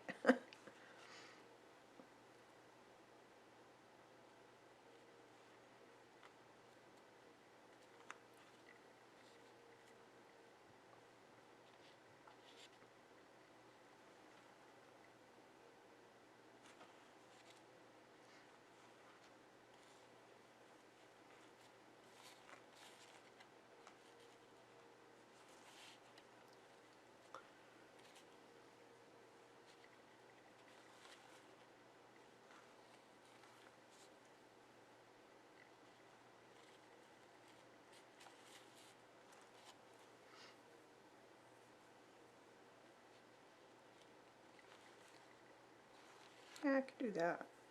Just twirl it and then just stick it on. Let's put this fuzzy stuff though in the center.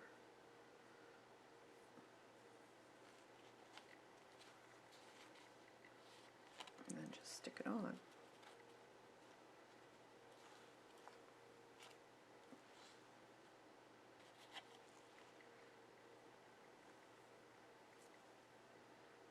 See.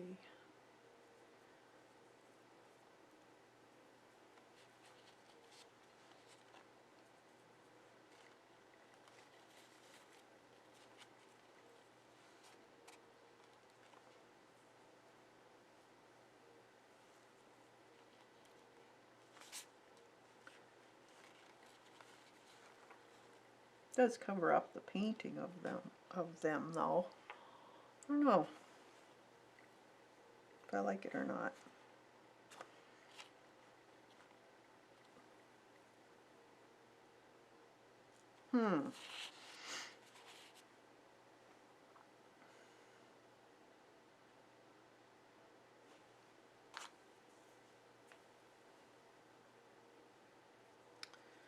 Or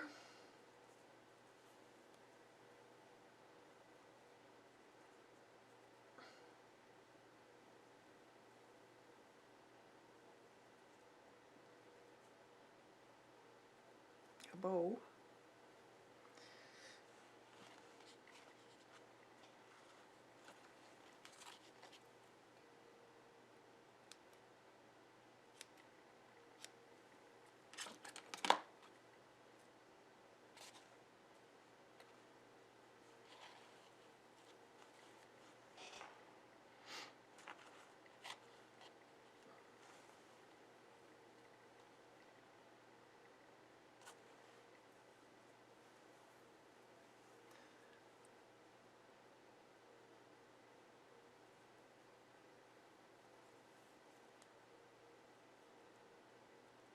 Might be easier with ribbon though. Maybe I'll do that. Yeah. I think I'm going to make a bow, but I'm going to use, let's see what this ribbon looks like in a bow. Never know.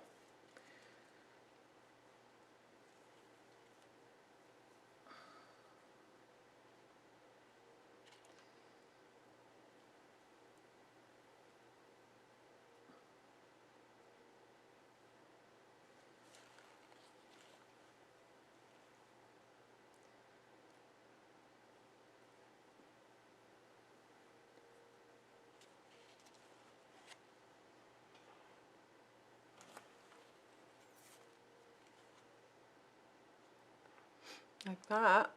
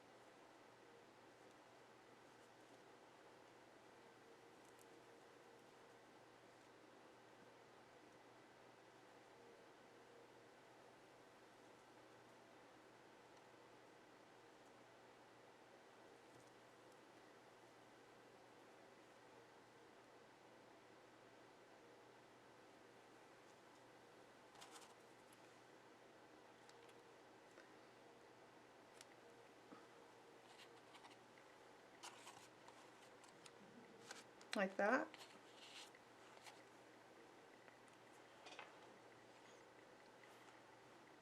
That's cute. What do you think?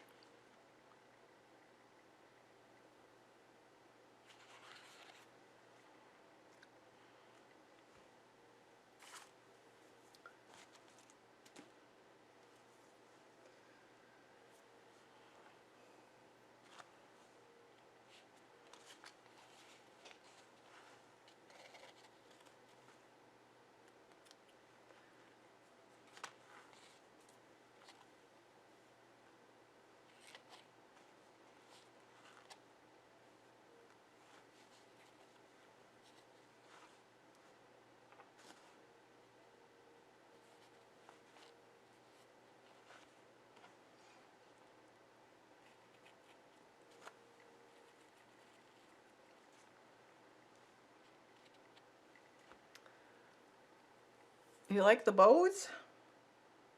Or just leave it off? What do you think? It could have a sprig of... I could do a sprig of these. Let's see what these look like before we glue on something permanent. We could get some scrapbook paper. Let's see.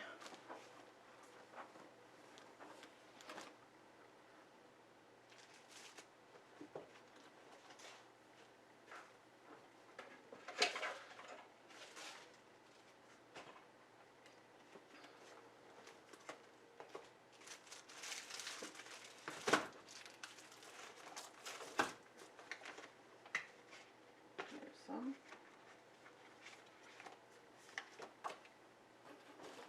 Some 6x6. We could see if we can find something.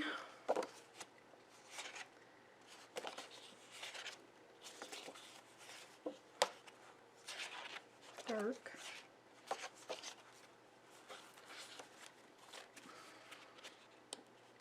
These are. Let's, might have to paint them. Yeah, let's just color it. Just get a piece of cardstock. I guess I could use one of these.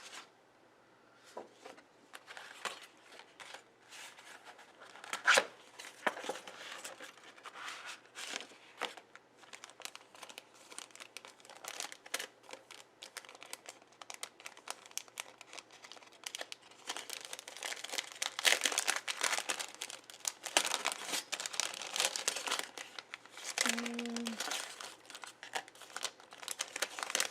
berries.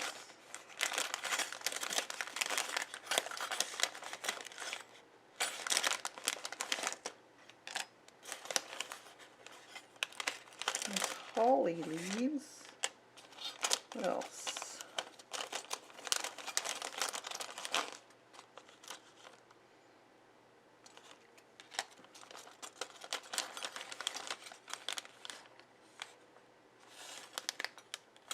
Yeah, we'll take out, may as well cut a bunch of them.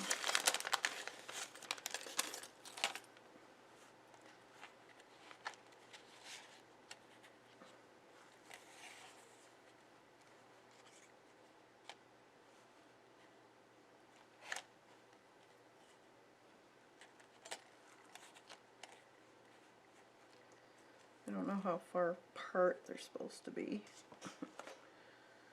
Actually, I have to do it the other way. Would help.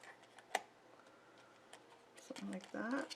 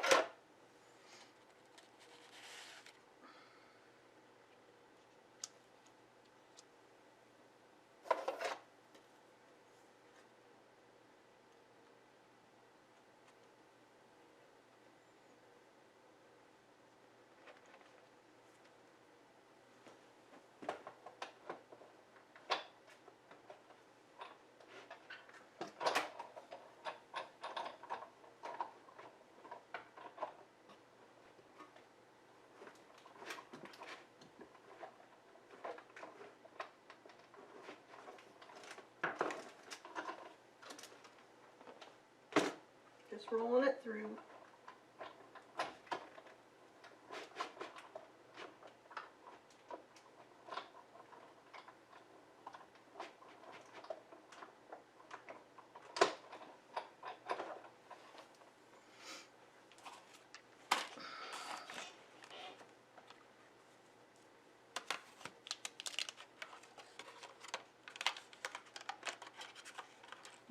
Wasn't hard enough. Done it a little more. I'm not an expert in this by any means, so probably have to do it again. Actually, I'll just take that one out. These are still stuck on.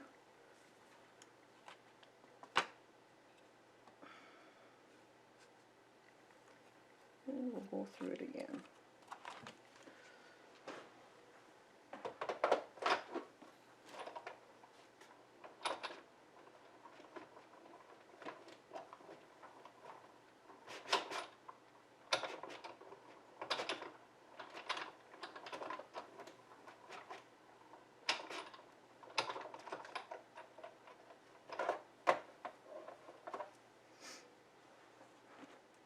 Had these for a while and never used them. So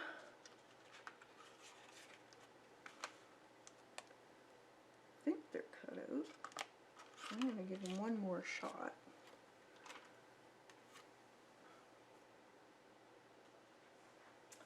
Piece of paper, I think.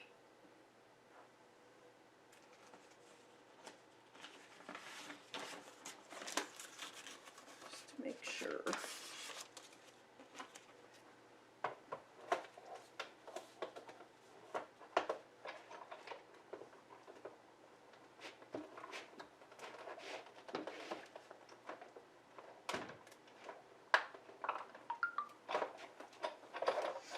There we go. That was it.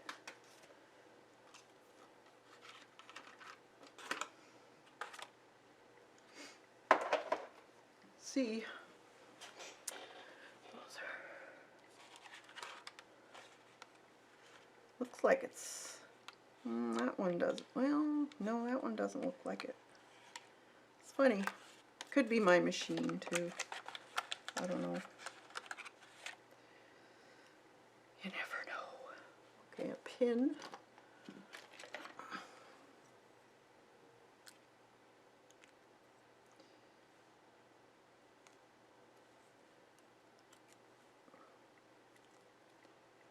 Take out some of these.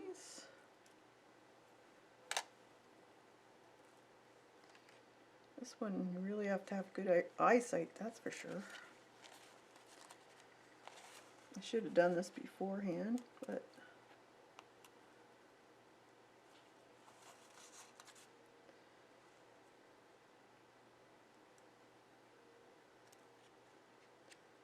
oh well.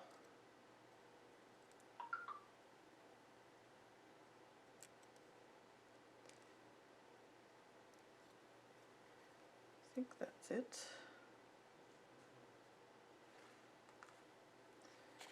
That one, so you could have, she could have this in her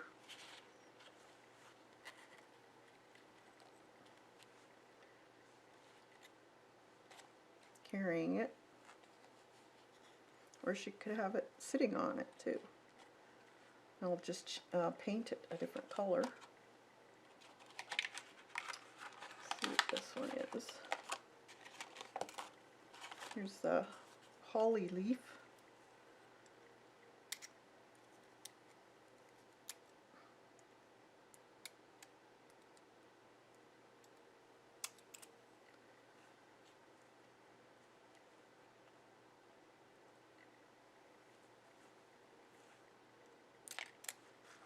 That's cute.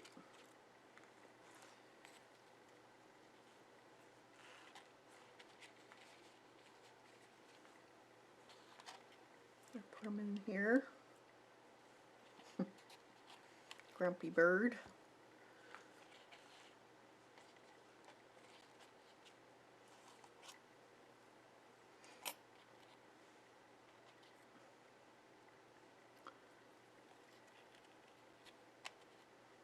She could be sitting on them.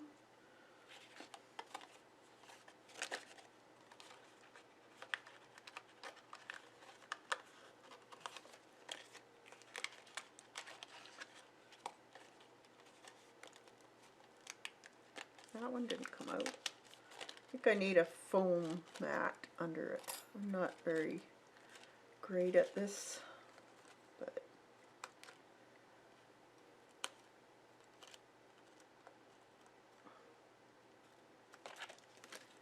I don't think that, no, that didn't cut all the way through. I think I need foam mat when using these. Of course, my embossing machine has been abused with my plants and stuff that I emboss in them. Might need a new one.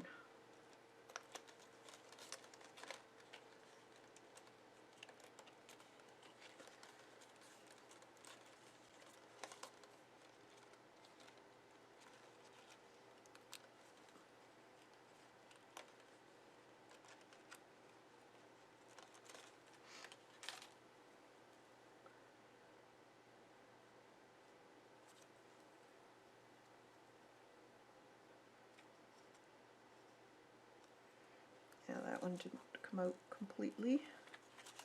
You see?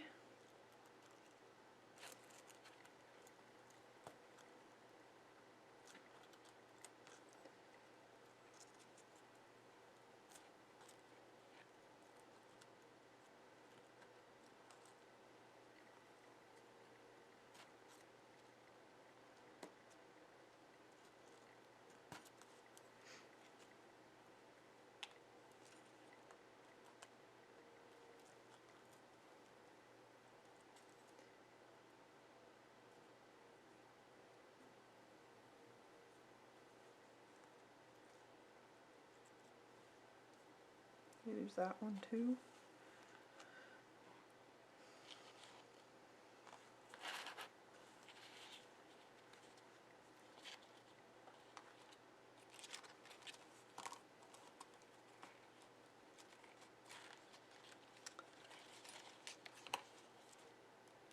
I'm not sure what I want to do. Sometimes it's good just to sit, put them aside and think about it when you're at this point, not sure what you want to finish it with.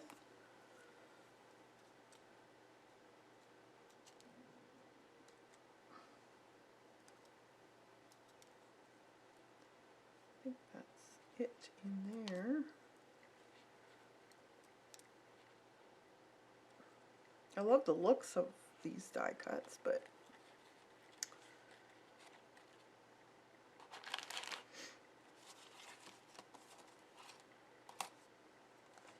that it. That was the berry one that didn't turn out. This one here, I don't think, no, it didn't come out good enough to bother with. Did I do double? No.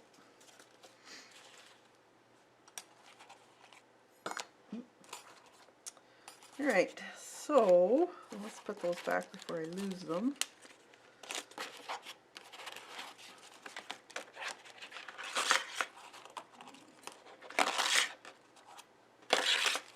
So I could paint them. I think that was it. Or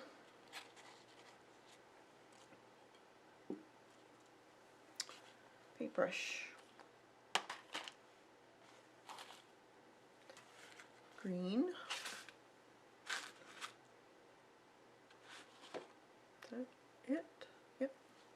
So just green paint probably would work on them.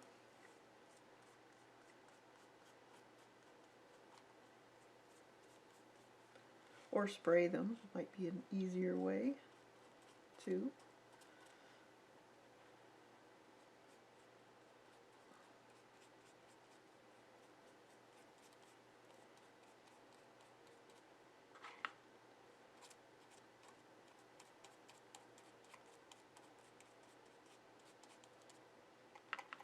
But I just want to use up stuff I have in my studio that I haven't been playing with. I'm sure all of you have something in there that's kind of been neglected. There's one. That other one. This one.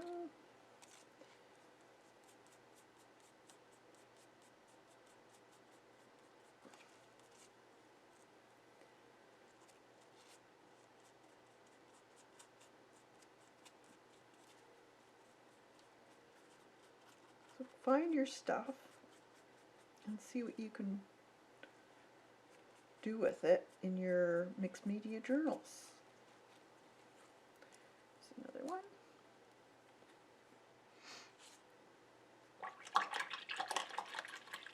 Yeah, they're cute. It's 9 in the evening. Well, that's not bad. I thought it was going to be like midnight.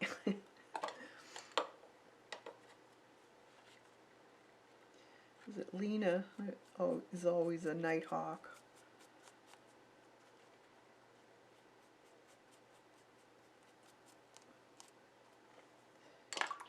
There.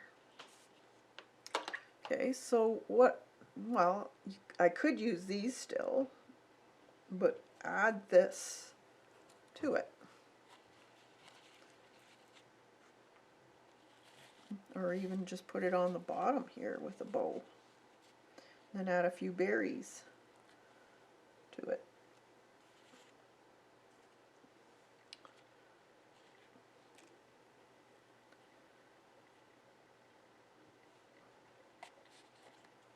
That. Maybe it's a little gift.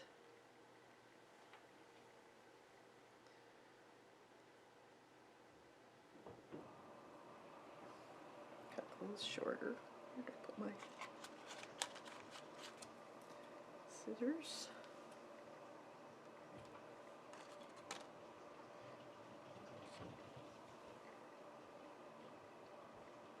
I don't want matching though, but I could put it over here.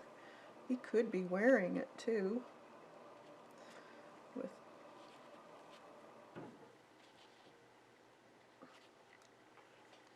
a piece of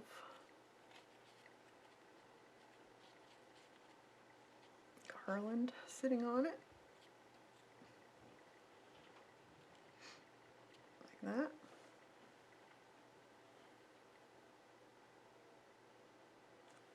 That's kind of cute.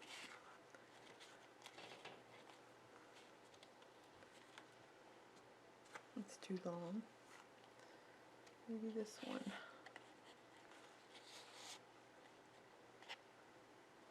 It's a little.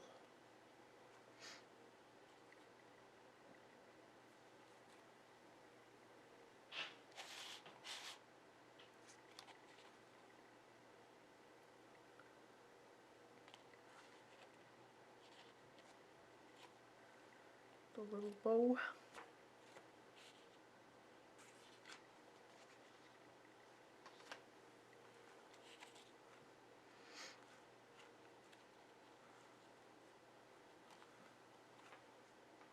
It's kind of cute. Maybe I'll do that. They're little birdie gifts. Let's see, some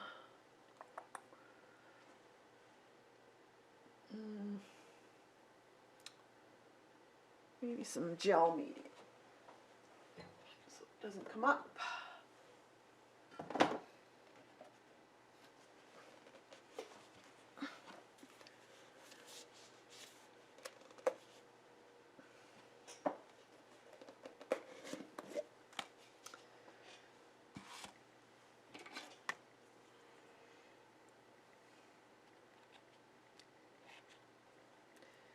So just some gel medium on the things so they don't fly up too much.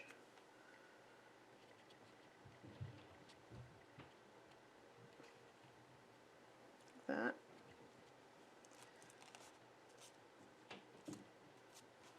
Oop. Just tore one.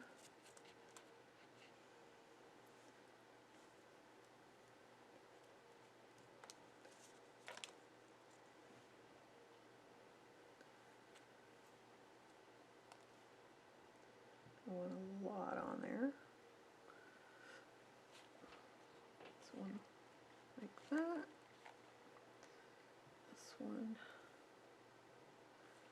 go over here.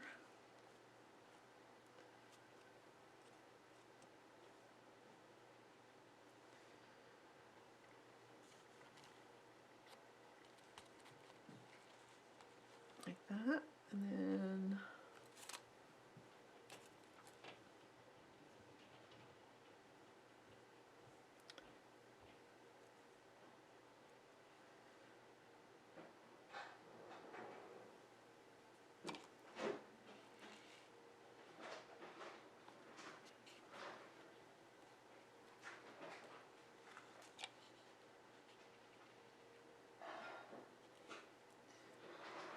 just a little bit on the bottom of this so it doesn't fly up too much.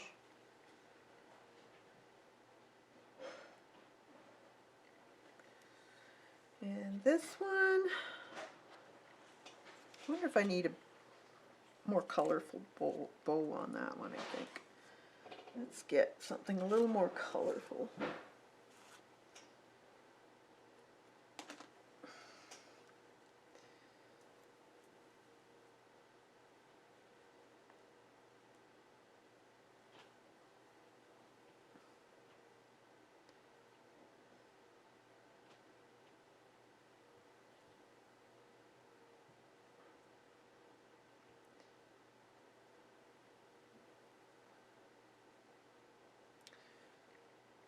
There.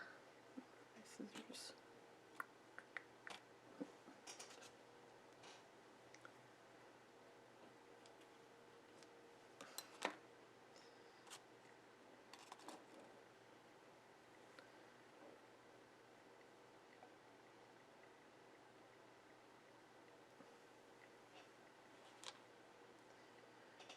This one's a little more colorful, so we'll put this one on like that. Just this. smidgen on there. I'll just here.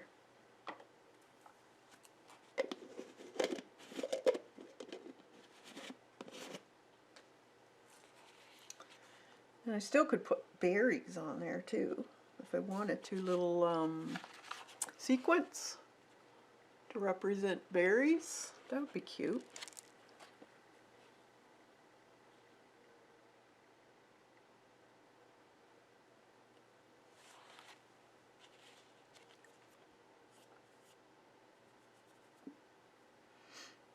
Just looking to see how it looks. You could still, you know, change things up. Maybe throw this back a little bit so it's more, the birds are more noticeable.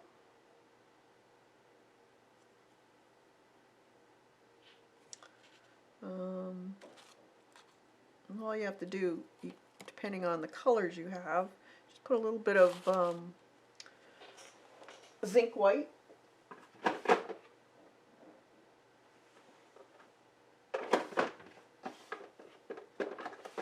The zinc white's transparent.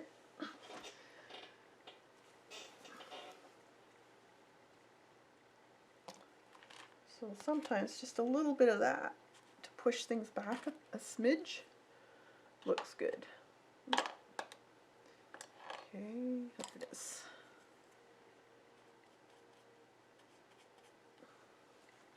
So around here, just a bit.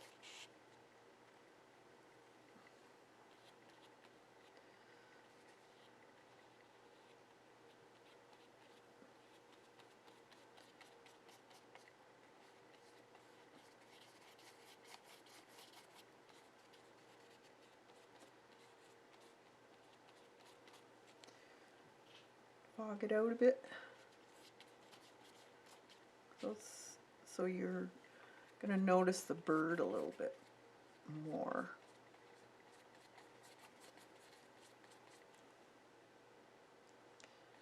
When you do that.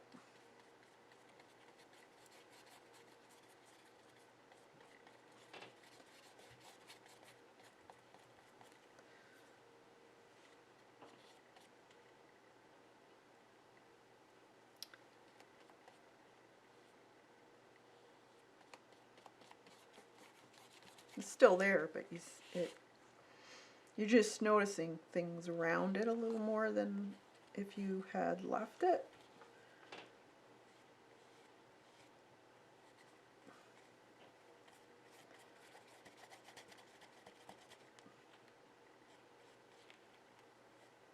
Should have done that before I put this on though.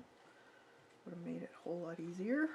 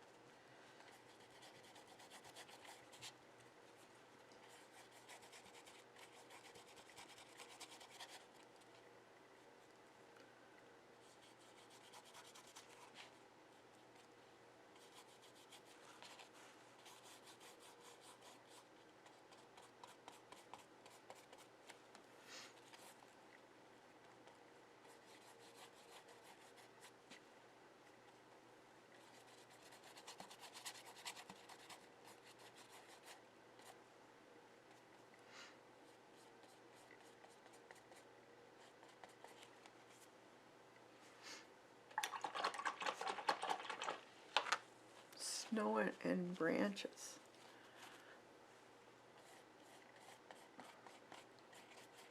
Yeah, we could put snow on the branches too.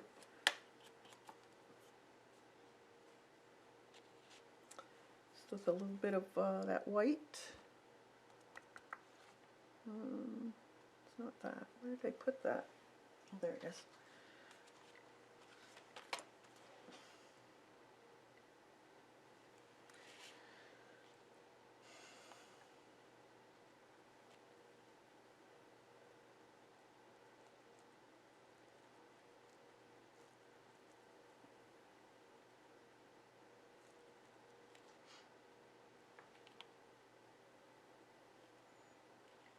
Although they are, no, I don't think I like that. Doesn't need it. I like it the dark. I might put sequins on though. This out a little more. See how they pop out just a bit more when you throw some of that back.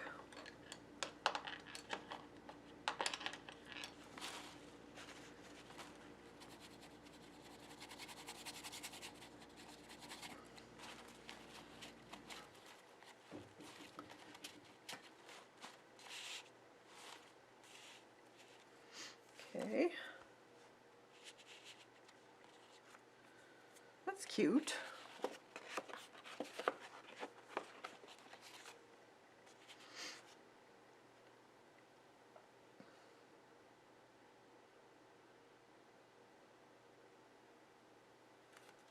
I could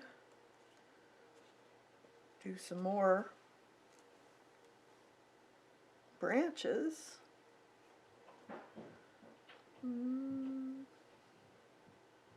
That might look kind of cool with you have a stencil branch stencil.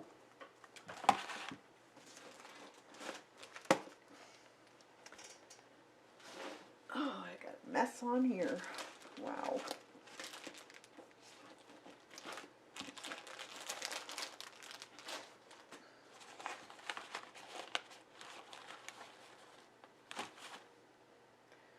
Let's see. Pretty sure I brought it out. I need a bigger spot.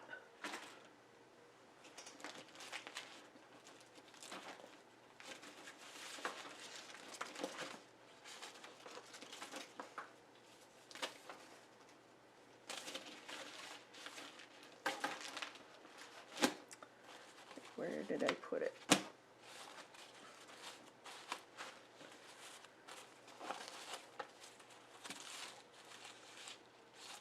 Yeah, so it's kind of, no, that's not what I want. I know I have a branch stencil somewhere. Not in here.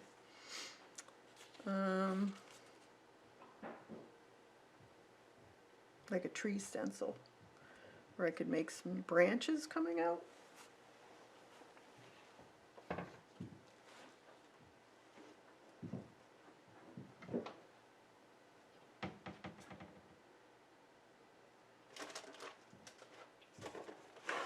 Pretty sure it's in this book.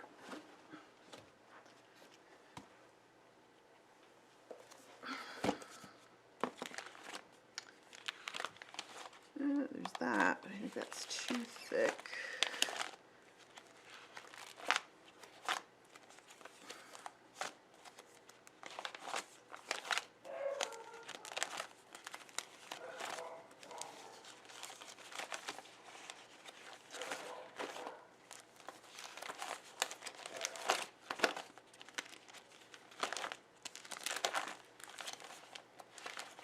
Maybe it's not in here. I don't know where I put it.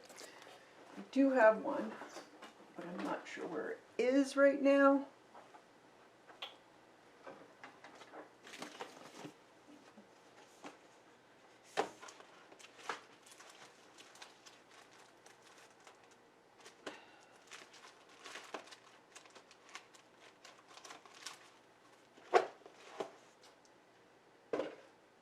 So I'm gonna have to leave it till I find it. I don't know where, but I'd like some, maybe some molding paste going up and around with some kind of branch, I'm thinking. But this is cute for now.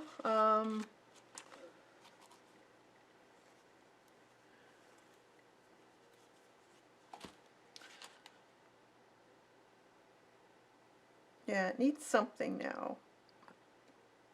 It's cute, but I still think it needs a little something, but I'm not sure what.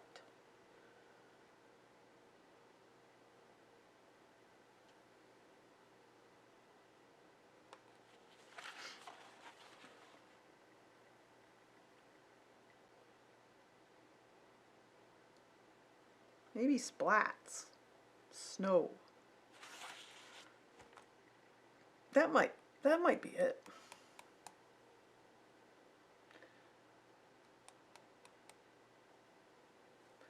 Let's see.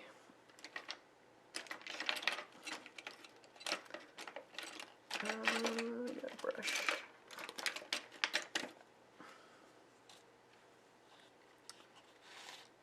Get some white, clean white. And another container. Wet brush.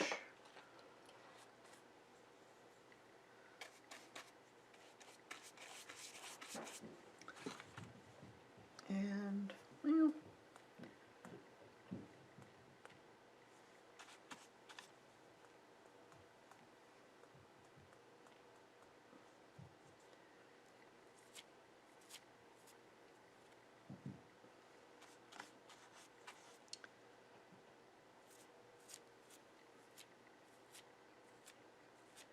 just snow.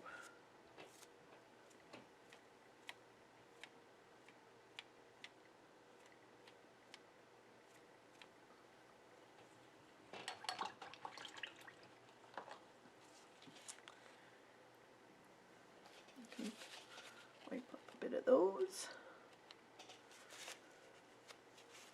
Yeah, I think that's what it needed. Just a little bit of snow.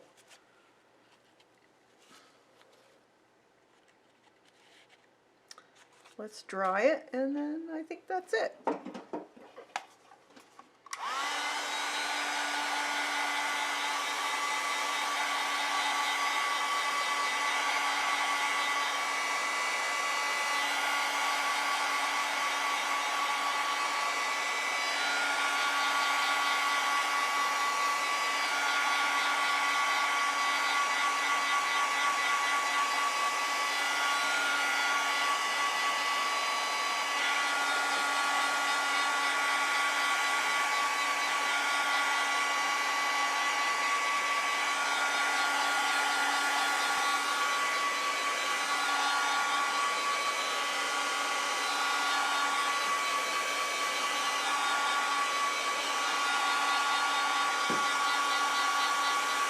You're welcome, Julie. I'm glad you could make it.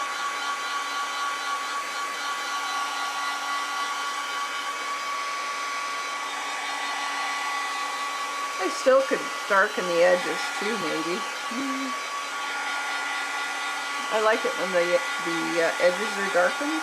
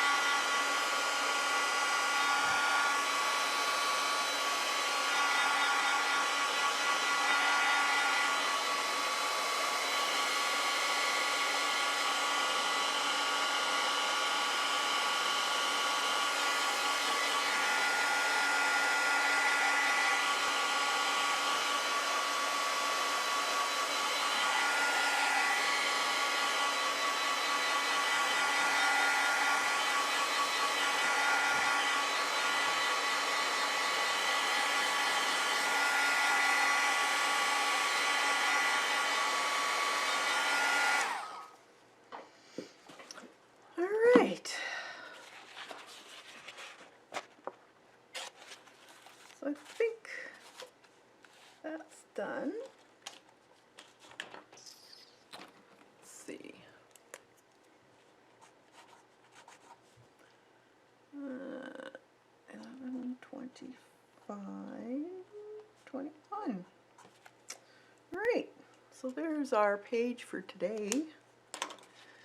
So you never know how they're going to turn out. I may come back to this again and add something. You never know.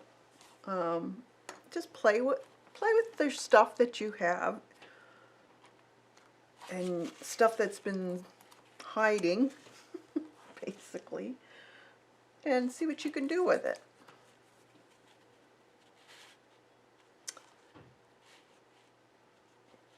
And play. So have some fun with it. Have a fantastic holiday if you're having Thanksgiving today, and a fantastic weekend. And we'll see you on Tuesday. Have a great one, everyone. Hey, Lena.